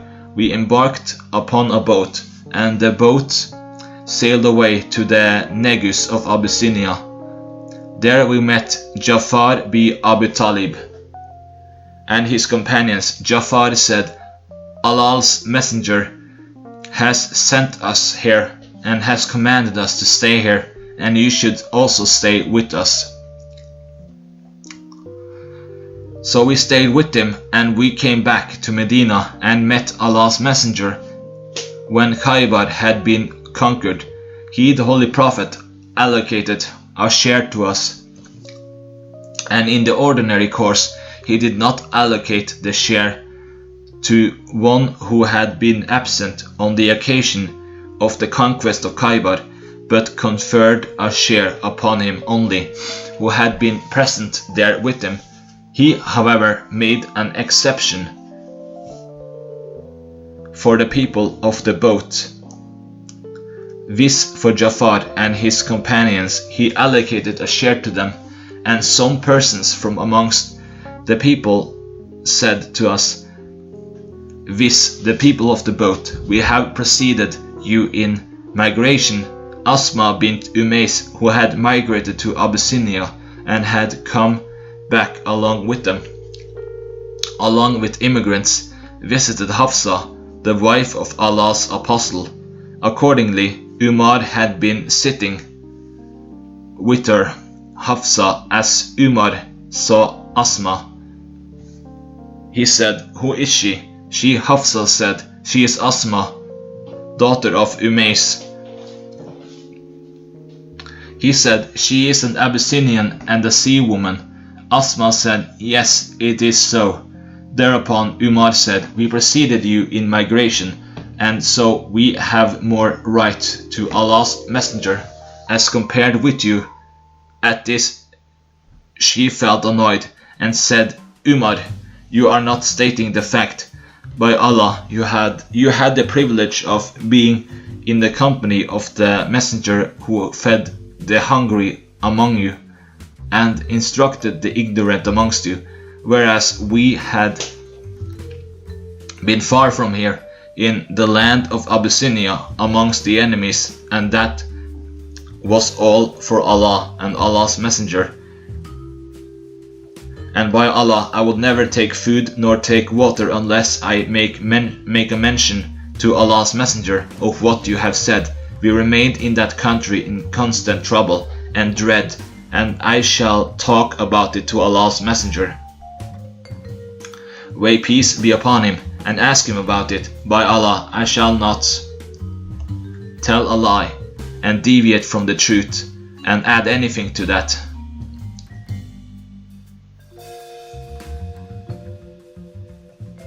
So when Allah's apostle came, she said, Allah's apostle, Umar says so and so. Upon this, Allah's messenger said, his right is not more than yours. For him and his companions there is one migration, but for you, for the people of the boat, there are two migrations. She said, I saw Abu Musa and the people of the boat coming to me in groups and asking me about this hadith, because there was nothing more pleasing and more significant for them than this. Abu Burda reported that Asma said, I saw Abu Musa asking me to repeat this hadith to him again and again.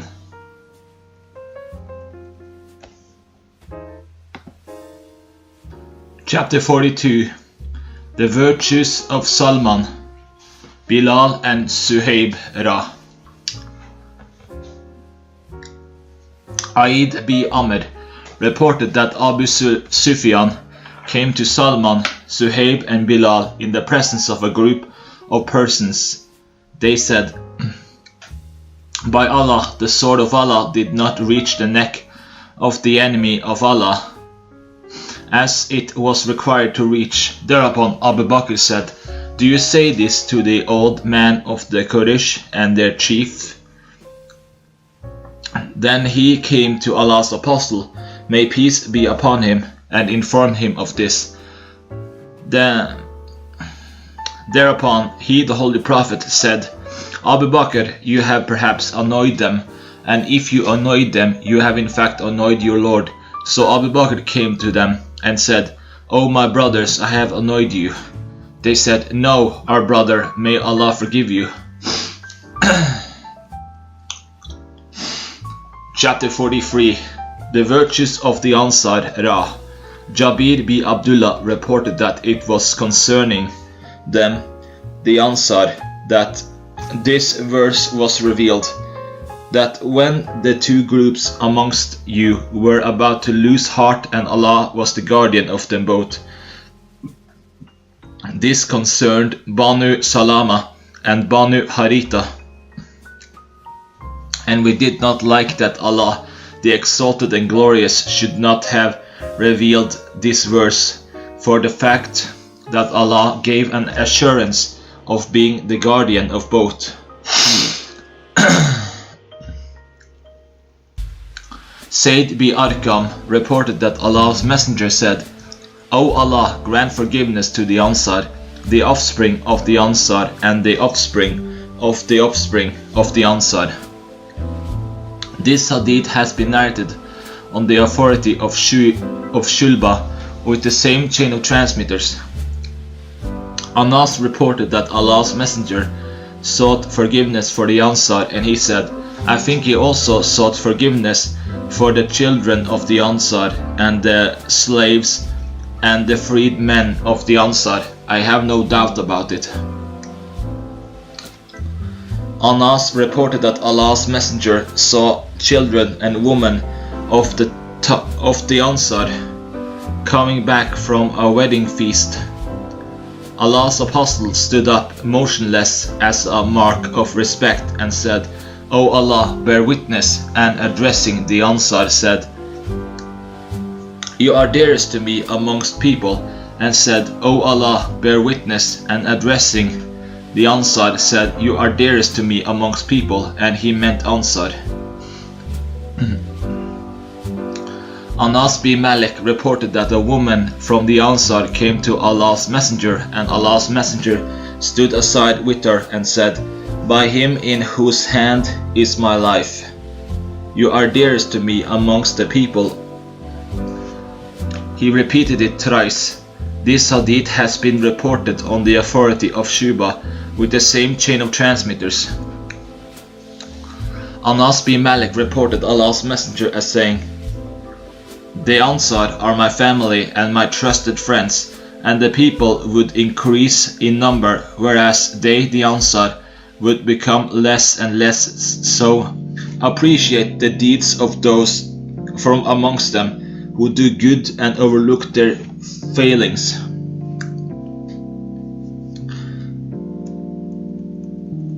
Chapter 44. The best clans of the Ansar. Abu Usaid reported Allah's Messenger as saying, "The worthiest clans of the Ansar are Banu Najjar, thereafter Banu al-Ashal, thereafter Banu Harith, B. Banu Khazraj, thereafter Banu Saida, and there is goodness in all clans of the Ansar." Sa'd said, "I see that he, the Holy Prophet, has placed others above us." It was said to him, "He has placed you above many others." Abu Usaid Ansari has reported this hadith through another chain of transmitters when the Prophet was marching towards Badr in order. Anas reported a hadith like this from Allah's Apostle, but he has made no mention in the hadith of the words of Sa'd. Ibrahim bin Muhammad bin Tala reported, "I heard Abu Sa'id delivering an address in the presence of Abu Utbah that the Messenger of Allah said, 'The worthiest settlements of the Ansar are those of Banu Najjar, then of Banu Abu al-Ashhal, and then of Banu Harith, and then of Banu Khazraj, and then of the clan of Banu Saida, and if I were to give preference to anyone besides them, I would have given preference to my relatives.'" Abu Usaid Ansar reported, "I bear witness to the fact that Allah's Messenger said, 'The best settlements of the Ansar are of those of Banu Najjar, then of Banu Abu al-Aslihal, and then of Banu Harith bi Khazraj, then of Banu Saida, and there is in every settlement of the Ansar good." Abu Salama reported that Abu Usaid said,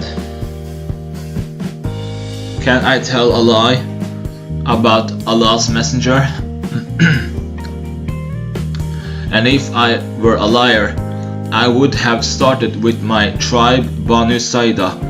This was conveyed to Sa'd bin Ubadah, and he found rankling in his mind and said, "We have been left behind in the sense that we have been mentioned last of the four." He Sa'd said, "Saddle my pony so that I should go to Allah's Messenger." His nephew saw him and said, "Are you going to contradict the order of precedence set by Allah's Messenger, whereas Allah's Messenger has the best knowledge of it? Is it not sufficient for you that you are the fourth amongst the four best tribes of the Ansar?" So he returned and said, "Allah and His Messenger know best," and he commanded that his pony should be unsaddled. Abu Usaid Ansari reported that he heard Allah's Messenger as saying, "The worthiest of the Ansar or the worthiest of the settlements and the clans of Ansar." The rest of the hadith is the same, but there is no mention of the story of Sa'd bin Ubadah, Allah be pleased with him.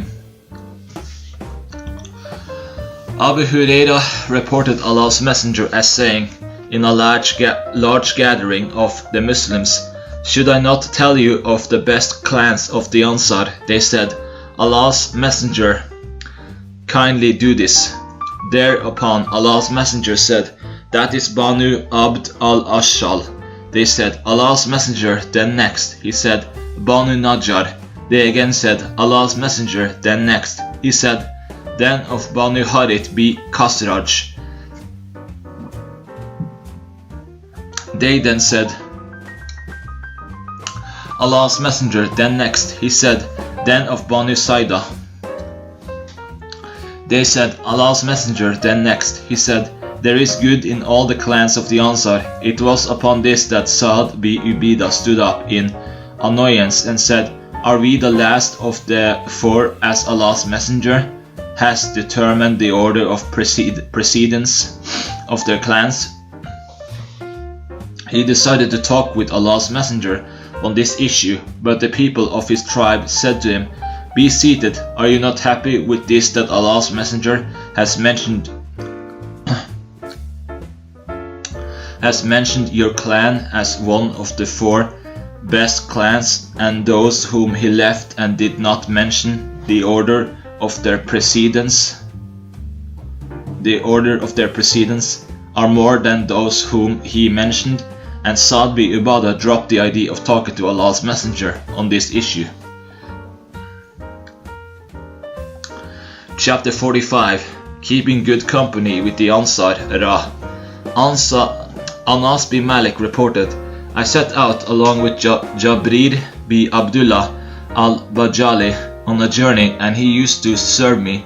I said to him, 'Don't do that.' Thereupon he said, 'I have seen Ansar doing this. With Allah's messenger, I swore by Allah, whenever I accompany any of the Ansar, I would serve him.' And Ibn Mutani and Ibn Bashir made this addition in their narrations. Jarir was older than Anas, and Ibn Bashir said he was of a more advanced age. As compared with Anas, Allah's apostle invoked blessings for the tribes of Gifar and Aslam. Chapter 46. The supplication of the Prophet Sah for Gifar and Aslam. Abu Dar reported Allah's messenger as saying, "Go to your people and say that the messenger of Allah says, Gifar is a tribe to whom Allah granted pardon, and Aslam is the tribe to whom Allah granted safety." Abu Dar reported Allah's messenger as saying, "To the tribe of Aslam, Allah has granted safety, and to the tribe of Gifar, Allah has granted pardon." This hadith has been reported on the authority of Shuba with the same chain of transmitters. This hadith has been narrated through other chains of transmitters on the authority of Jabir and Abu Huraira that Allah's apostle said, "To the tribe of Aslam, Allah has granted safety, and to the tribe of Gifar, Allah has granted pardon." Abu Huraira reported Allah's messenger as saying, "To the tribe of Aslam, Allah has granted safety, and to the tribe of Gifar, Allah has granted pardon. Verily, it is not I that say this, but it is Allah the Exalted and Glorious who says this." Kufaf bin Jura reported that Allah's messenger said in prayer, "O Allah, hurl curse upon the tribe of Lihian and Ril Aid Dakwan and Usayya, for they disobeyed Allah and His messenger, and for Gifar, Allah has granted pardon, and for the tribe of Aslam, Allah has granted safety." Ibn Umar reported Allah's messenger as saying, "Allah has granted pardon to the tribe of Gifar, and to the tribe of Aslam, Allah has granted safety, and as for Usayya tribe, they disobeyed Allah and His messenger." This hadith has been retransmitted on the authority of Ibn Umar with a slight variation of wording, and the wording that Allah's messenger said this on the pulpit. This hadith has been reported on the authority of Ibn Umar, but through another chain of transmitters. Chapter 47. The virtues of Gifar, Aslam, Juhayna, Ashja, Musaina, Tamim, Dubs, and Tay. Abu Ayyub reported Allah's messenger as saying, "The tribes of Ansar, Musaina and Juhayna, and Gifar and Ashja, and those from Banu Abdullah, they are my friends amongst the people, and Allah and His messenger are their protectors." Abu Huraira reported Allah's messenger as saying, "Quraysh, Ansar, Musaina, Juhayna, and Gifar, they are my friends, and there is no friend of theirs besides Allah and His messenger." This hadith has been transmitted on the authority of Sa'd bin Ibrahim with a slight variation of wording. Abu Huraira reported Allah's Messenger as saying, "The tribes of Ashja, Gifar and Musaina, and from the tribe of Juhayna, they are better than Banu Tamim, Banu Amir and the allies of Asad and Gatfan."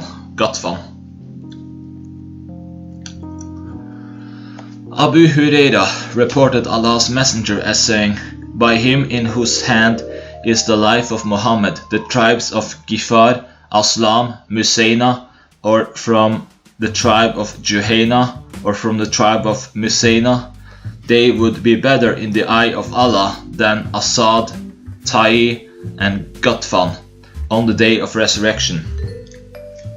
Abu Huraira reported Allah's Messenger as saying,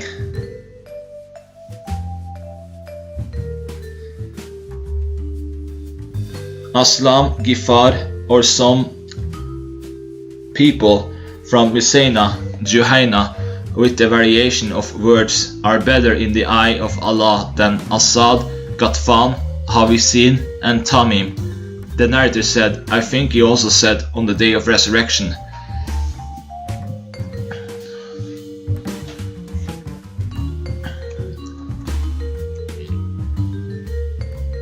Abu Bakr reported from his father that Al-Aqra bin Habis reported that he came to Allah's Messenger and said to him, "How did the tribes of Aslam, Gifar, Musaina, and I think he also said Juhayna, and the narrator is in doubt about it, owe allegiance to you, whereas they plundered the pilgrims?" Thereupon Allah's Messenger said, "You were to say that Aslam, Gifar, Musaina, and I think Juhayna are better than Banu Tamim, Banu Amir and Asad, Gatfan. Then would these people of latter group of tribes be in loss?"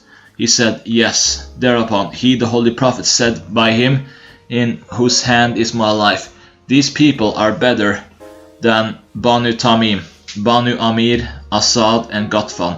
And in this hadith of Abu Shayba, these words are not found, that Muhammad, the narrator, had a doubt about.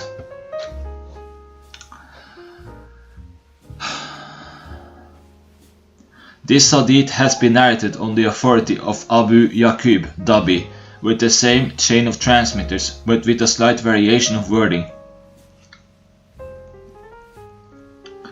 Abu Bakr reported from the Messenger of Allah that Aslam, Gifar, Musaina and Juhayna are better than Banu Tamim, Banu Amir and their allies, Banu Asad and Gatfan. This hadith has been reported on the authority of Abu Bishr with the same chain of transmitters. Abu Bakr reported on the authority of his father that Allah's Messenger said, "What is your view if Juhayna, Aslam, Gifar were better than Banu Tamim, Banu Abdullah bin Gatfan and Amir bin Sassa, respectively, then what would be status of the latter one?" He said this in a loud voice. They said, "Allah's Messenger, they would be definitely at a loss and a disadvantage. Thereupon he said, "They, the first group, are decidedly better than the others." And in the hadith transmitted on the authority of Abu Kurayb, the words are, "If you were to find that Juhayna, Musaina and Aslam and Gifar are better than..." Adi bin Hatim reported, "I came to Umar bin Khattab and he said to me, 'The first consignment of Sadaqah brought to Allah's Messenger, which brightened the face of Allah's Messenger and the faces of his companions, was that of Ta'i." Abu Huraira reported that Tufail and his companions said, "Allah's Messenger, the tribe of doves has disbelieved and has belied you. So invoke curse upon them. It was said, let doves be destroyed. Whereupon he, Allah's messenger, said, Allah guide aright the tribe of doves and direct them to me. The other hadith has been transmitted on the authority of Abu Huraira with a slight variation of wording. Abu Huraira reported, there are some distinguishing features of Banu Tamim which I heard from Allah's messenger, and my love for them is never on the decline after that, and the words are, they are the bravest amongst people in the battlefield, and there is no mention of the word Dajjal. Chapter 48, the best of people. Abu Huraira reported Allah's messenger as saying, you would find people like those of mine, the good amongst you in the days of ignorance would be good amongst you in the days of Islam, provided they have an understanding of it, and you will find good amongst people the persons who would be averse to position of authority until it is thrust upon them. And you will find the worst amongst persons on who has double face. He comes with one face to them and with the other face to the others. This hadith has been transmitted through other chains of transmitters. The chain of Abu Surah has a slight variation of wording. Chapter 49, the virtues of the woman of the Quraysh.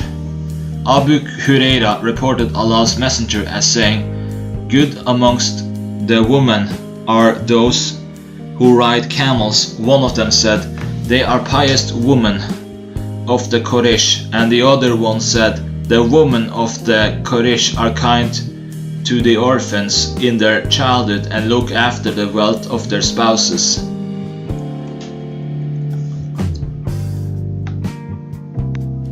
This hadith has been transmitted on the authority of Abu Huraira with a slight variation of wording, and there is no word orphan. Abu Huraira reported, I heard Allah's messenger as saying, the women of the Quraysh are good amongst the womenfolk. They ride camels and show affection to their children and zealously guard the wealth of their husbands. Abu Huraira said at the end of this narration that Mary, the daughter of Imran, never rode a camel. Abu Huraira reported that Allah's messenger gave a proposal of marriage to Hani,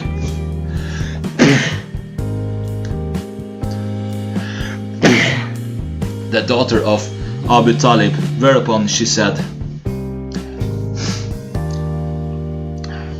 Allah's messenger, I am of an advanced age, with a large family. Thereupon Allah's messenger said, the best women are those who ride the camels. The rest of the hadith is the same, but with this difference that instead of the word ara, the word ahna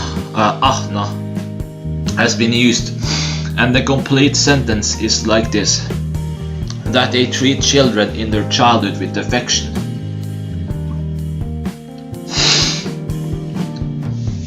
Abu Huraira reported Allah's messenger as saying, the best women who ride the camels are the pious women of the Quraysh.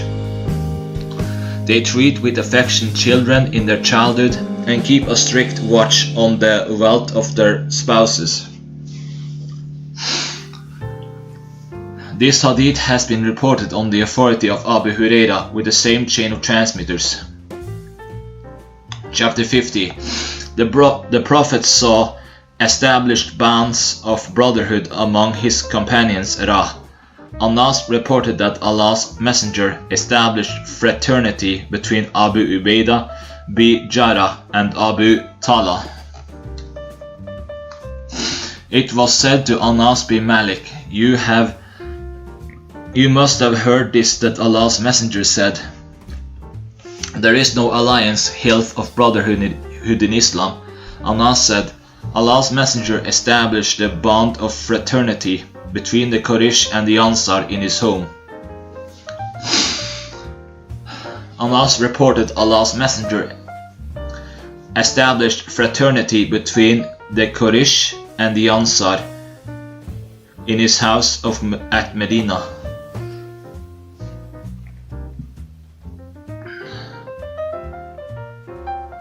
Jubair bin Mut'im reported Allah's Messenger as saying, There is no alliance, hilf in Islam, but the hilf established in the pre-Islamic days for good. Islam intensifies and strengthens it. Chapter 51. The presence of the Prophet is a source of security for his companions, and the presence of his companions is a source of security for the Ummah.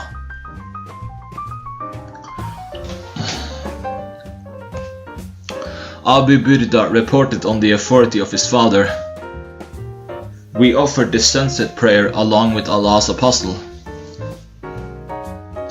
We then said, If we sit along with Allah's Messenger and observe night prayer with him, it will be very good. So we sat down, and he came to us and said, You are still sitting here.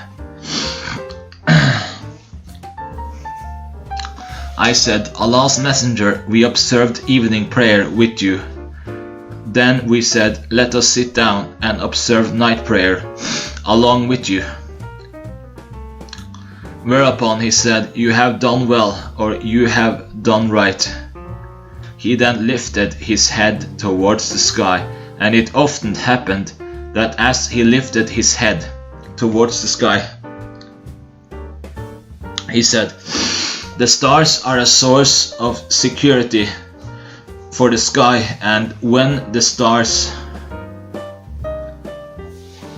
disappear, there comes to the sky, it meets the same fate as it has been promised it would plunge into darkness, and I am a source of safety and security to my companions, and when I would go away, there would fall to the lot of my companions, as they have been promised with, and my companions are a source of security for the Ummah, and as they would go there, would fall to the lot of my Ummah, as its people have been promised. Chapter 52. The virtues of the Sahaba, then those who come after them, then those who come after them. Abu Sa'id Khudri reported Allah's apostle as saying, A time would come for the people when the groups of people would set out for fighting in the cause of Allah, and it would be said to them, Is there one amongst you who saw Allah's Messenger? And they would say, Yes. And they would be victorious. Then the people would set out for fighting in the cause of Allah.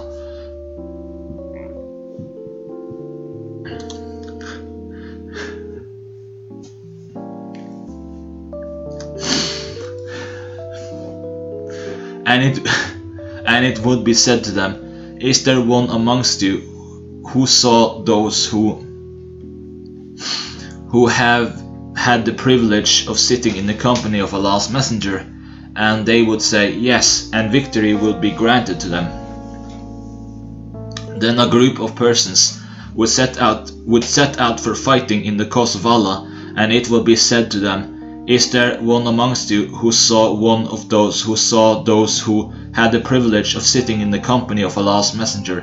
And they would say, Yes, and the victory will be granted to them.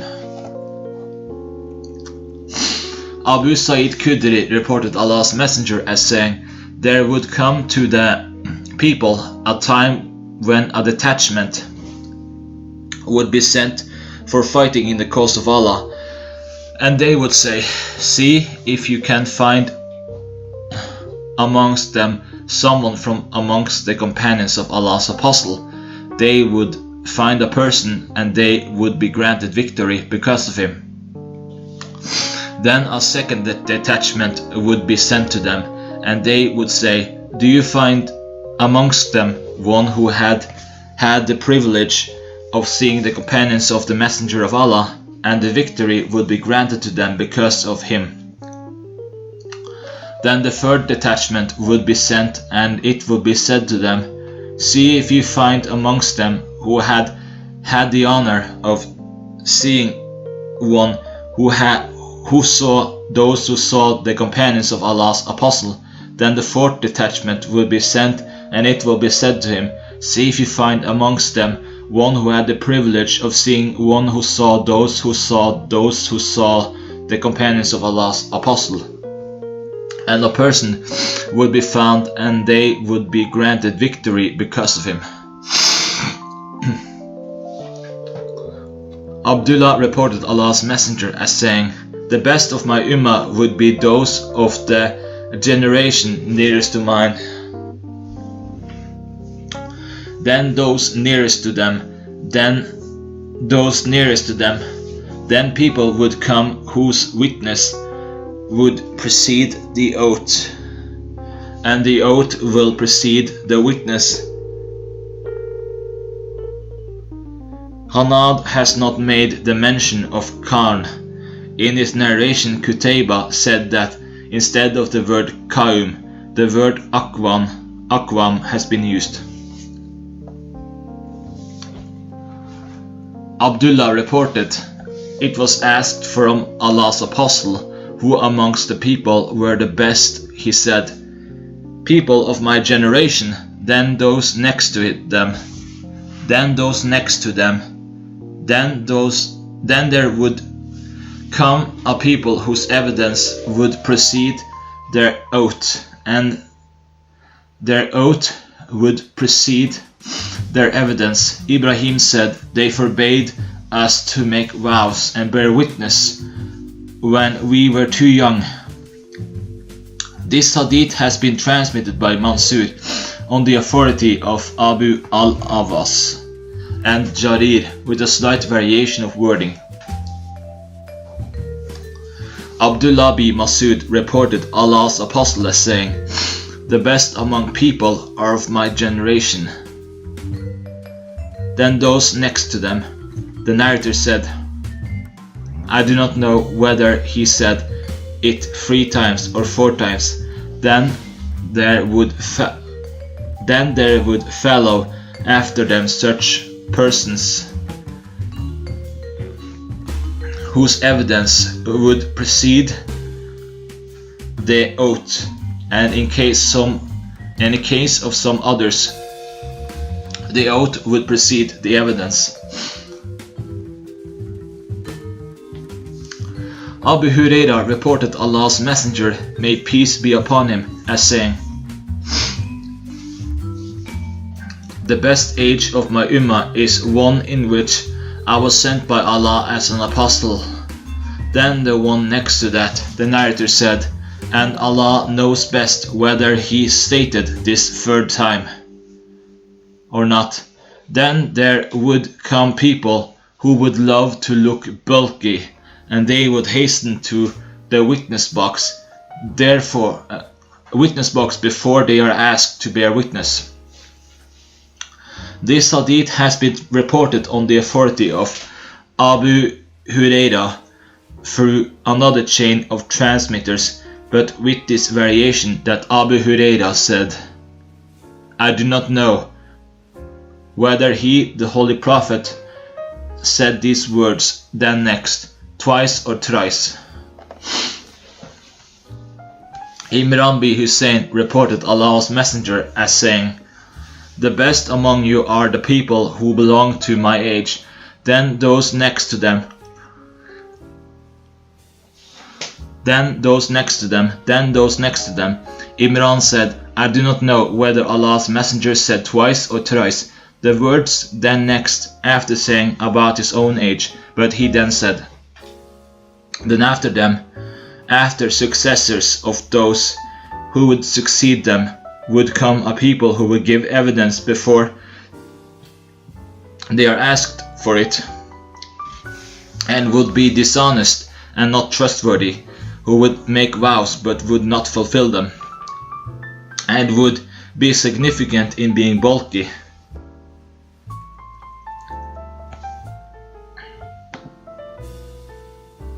This hadith has been reported on the authority of Shuba with the same chain of transmitters, and the words are, I do not know whether he made a mention of 2 generations after his generation, or of the third one too. Shababa said, I heard this from Saddam bi Mudarib, as he came to me riding a horse for some need, and he narrated it to me that he had heard it from Imran bi Hussein. And in the hadith transmitted on the authority of Yahya and Shababa, the words are, they take an oath, but they do not fulfill it.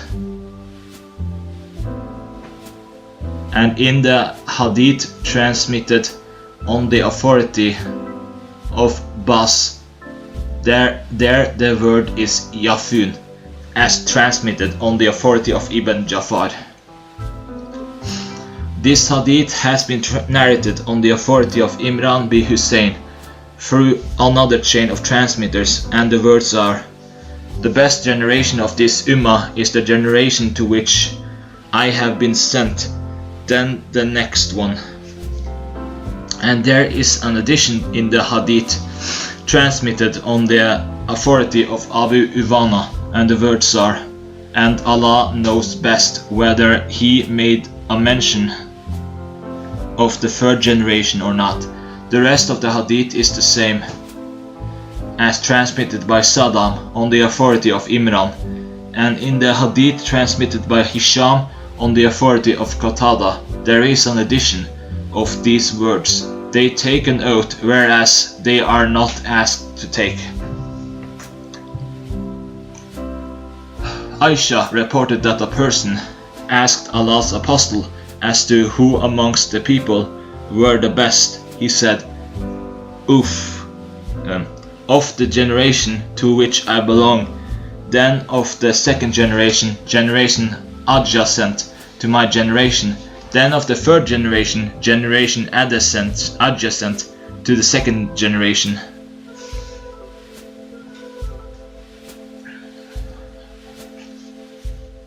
Chapter 53. The meaning of the words of the Prophet saw, after 100 years there will be no soul left alive that is living now. Abdullah bin Umar reported that Allah's Messenger led us Isha prayer at the latter part of the night, and when he had concluded it by salutations, he stood up and said, have you seen this night of yours? At the end of 100 years after this, none would survive on the surface of the earth from among my companions. Ibn Umar said, people were not understanding these words of the Messenger of Allah, which had been uttered pertaining to 100 years.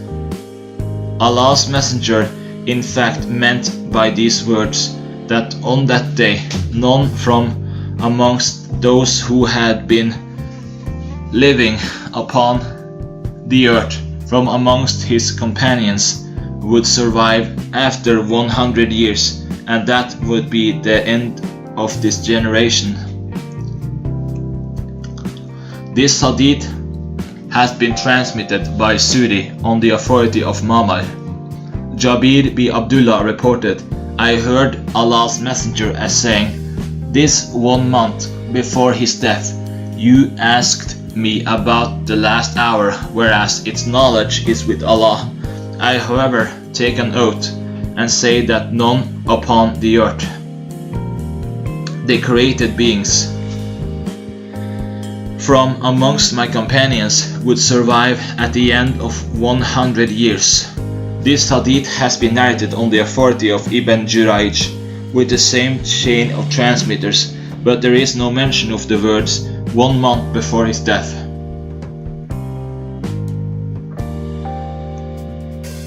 Jabir bin Abdullah reported Allah's apostle as saying, 1 month before his death, or something like it, none amongst the created beings who had been living by that time during the lifetime of Allah's apostle Abd al-Rahman has interpreted these words of Allah's apostle as the ages of the people would be diminished. This hadith has been reported on the authority of Sulaiman Taimi through other chains of transmitters. Abu Sa'id reported that when Allah's apostle came back from Tabuk, they, his companions, asked about the last hour. Thereupon Allah's messenger said, there would be none amongst the created beings living on the earth who would survive this century.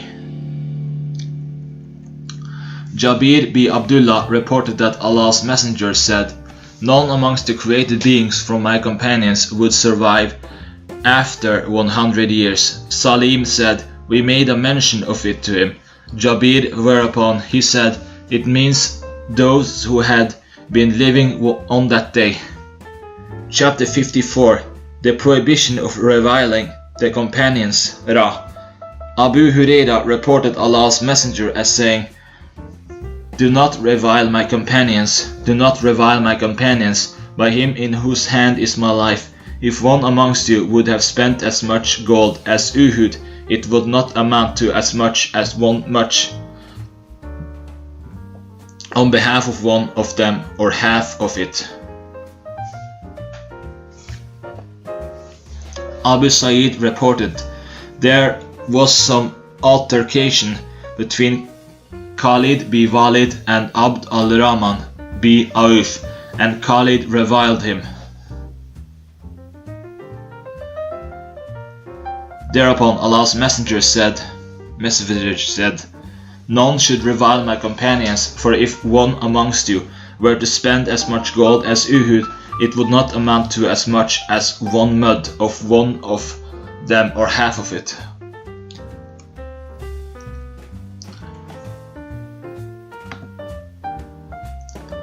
This hadith has been transmitted on the authority of Al-Amas, and there is no mention by Shuba and Waki of Abd al-Rahman bin Auf and Khalid.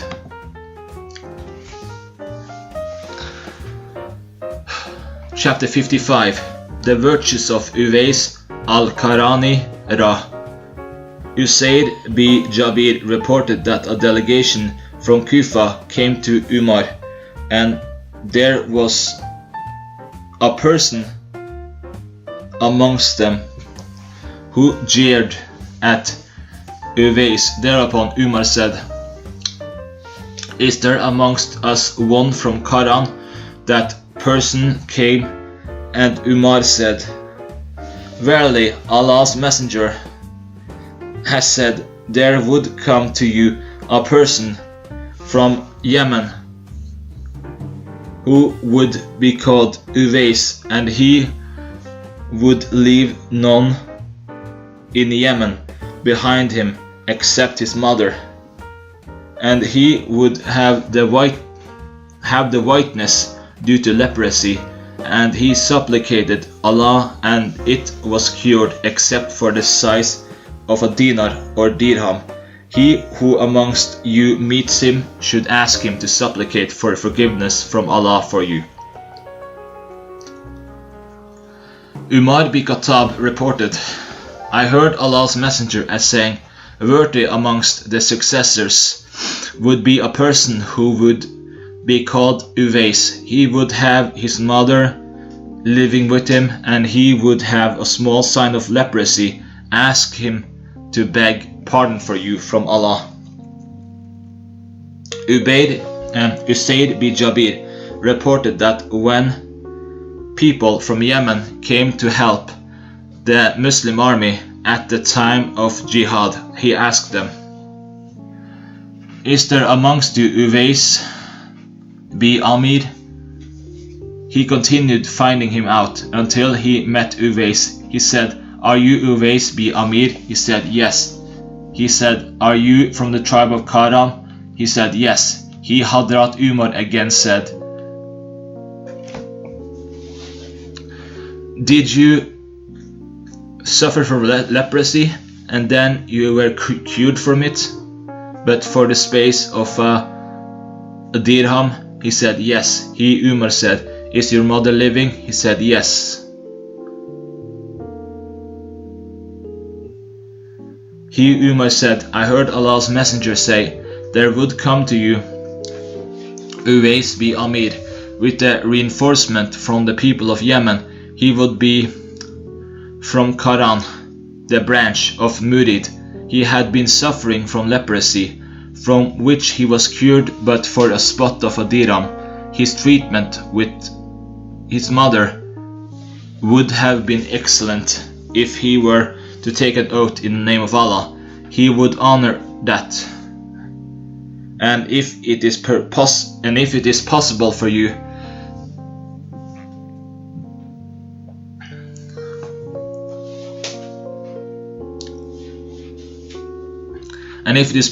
you, then do ask him to beg forgiveness for you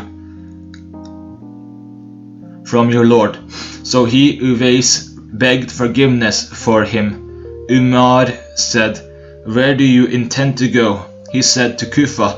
He Umar said, "Let me write a letter for you to its governor." Whereupon he Uwais said, "I love to live amongst the poor people." When it was the next year, a person from among the elite of Kufa performed Hajj, and he met Umar. He asked him about Uwais. He said, "I left him in a state with meager means of sustenance." Thereupon Umar said, "I heard Allah's messenger as saying, there would come to you Uwais bi Amir of Qaran, a branch of the tribe of Murid, along with the reinforcement of the people of Yemen. He had been suffering from leprosy, which would have been cured, but for the space of a dirham. His treatment with his mother would have been very kind. If he would take an oath in the name of Allah for something, he would honor it. Ask him to beg forgiveness for you from Allah, in case it is possible for you." So he came to Uwais and said, "Beg forgiveness from Allah for me." He Uwais said, "You have just come from a sacred journey, Hajj. You therefore ask forgiveness for me." He, the person who had performed Hajj, said, "Ask forgiveness for me from Allah." He Uwais again said, "You have just come from the sacred land. You have just come from the sacred journey, so you ask forgiveness for me." Uwais further said, "Did you meet Umar?" He said, "Yes." He Uwais then begged forgiveness for him from Allah. So the people came to know about the status of religious piety of Uwais. He went away from that place. Usaid said, "His clothing consisted of a mantle, and whosoever saw him said, from where did Uwais get this mantle?"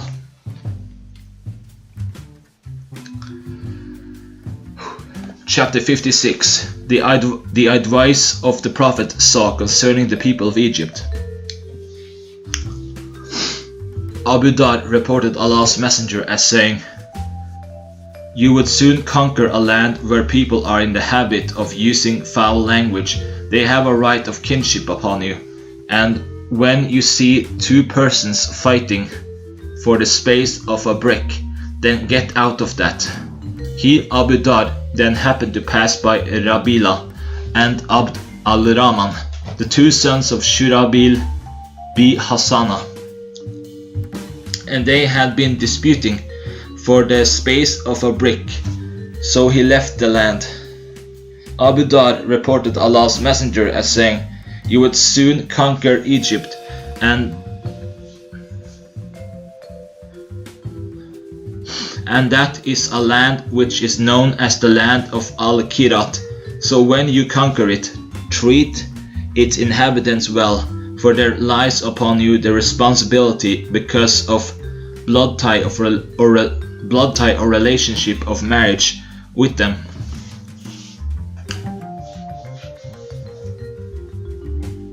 And when you see two persons falling into dispute amongst themselves for the space of a brick, then get out of that.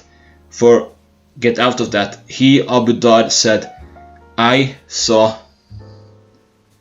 Abd al-Rahman bi Shurabil bi Hassana and his brother Rabia disputing with one another for the space of a brick, so I left that land." Chapter 57. The virtues of the people of Oman. Al-Abi Barsa reported that Allah's messenger has sent a person to a tribe amongst the tribes of Arabia. They reviled him and beat him. He came to Allah's messenger and narrated to him the story of atrocities perpetrated upon him by the people of the tribe. Thereupon he, the Holy Prophet, said, "If you were to come to the people of Uman, they would have neither reviled you nor beaten you." Chapter 58. The Liar and Great Slaughter of Taqif. Abu Nawfal reported, "I saw the dead body of Abdullah bin Zubayr hanging on the road of Medina leading to Mecca.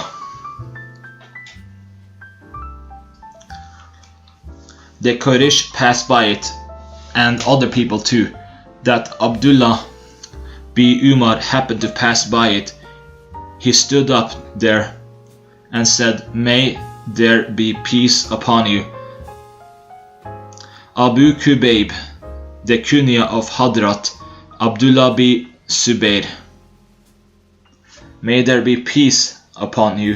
Abu Kubayb, may there be peace upon you. Abu Kubayb, by Allah, I used to forbid you from this. By Allah, I used to forbid you from this. By Allah, I used to forbid you from this. By Allah, so far as I know, you had been very much devoted to fasting and prayer, and you had been paying very much care to cementing the ties of blood. By Allah, the group to which you belong are labeled as a wicked person is indeed a fine group." Then Abdullah bin Umar went away. The stand Abdullah bin Umar took in regard to the inhuman treatment meted out to Abdullah bin Zubayr, and his words in that connection were conveyed to Hajjaj bin Yusuf, and as a consequence of that, the body of Abdullah bin Zubayr was brought down from the scaffold by which it was hanging, and thrown into the graves of the Jews. He, Hajjaj, sent his messenger to Asma bint Abu Bakr, Abdullah's mother, but she refused to come. He again sent the messenger to her with the message that she must come, otherwise he would bring her forcibly, catching hold of her hair. But she again refused and said, "By Allah, I will not come to you until you send one to me who would drag me by pulling my hair." Thereupon he said, "Bring me my shoes." He put on his shoes and walked on quickly, swollen with swollen with vanity and pride, until he came to her and said, "How do you find what I have done with the enemy of Allah?" She said, "I find that you wronged him in this world, whereas he has spoiled your next life. It has been conveyed to me that you used to call him Abdullah bin Zubair, as the son of having two belts, as the son of one having two belts. By Allah, I am indeed a woman of two belts. One is that with the help of which I used to suspend high the food of Allah's Messenger, and that of Abu Bakr, making it out of the reach of animals, and so far as the second belt is concerned, that is the belt which no woman can dispense with. Verily, Allah's Messenger told us that in Taqif there would be born a great liar and great murderer. The liar we have seen, and as far as the murderer is concerned, I do not find anyone else besides you." Thereupon he, Hajjaj, stood up and did not give any reply to her.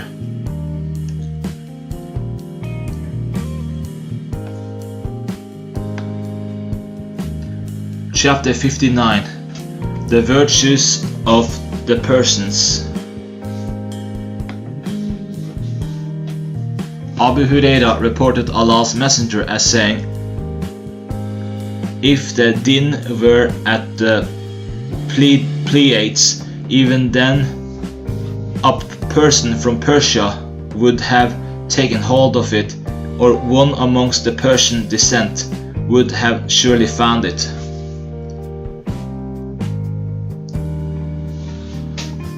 Abu Huraira reported, "We were sitting in the company of Allah's Apostle, that Surah al-Jumu'ah was revealed to him, and when he recited these words, others from amongst them who have not yet joined them, a person amongst them, those who were sitting there, said, 'Allah's Messenger,' but Allah's Apostle made no reply, until he questioned him once, twice or thrice. And there was amongst us Salman the Persian. The Apostle of Allah placed his hand on Salman and then said, 'Even if fate were near the Pleiades, a man from amongst these would surely find it.'"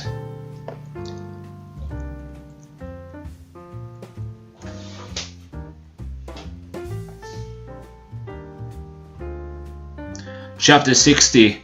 The words of the Prophet saw, "People are like 100 camels, among whom you cannot find one that is fit for riding."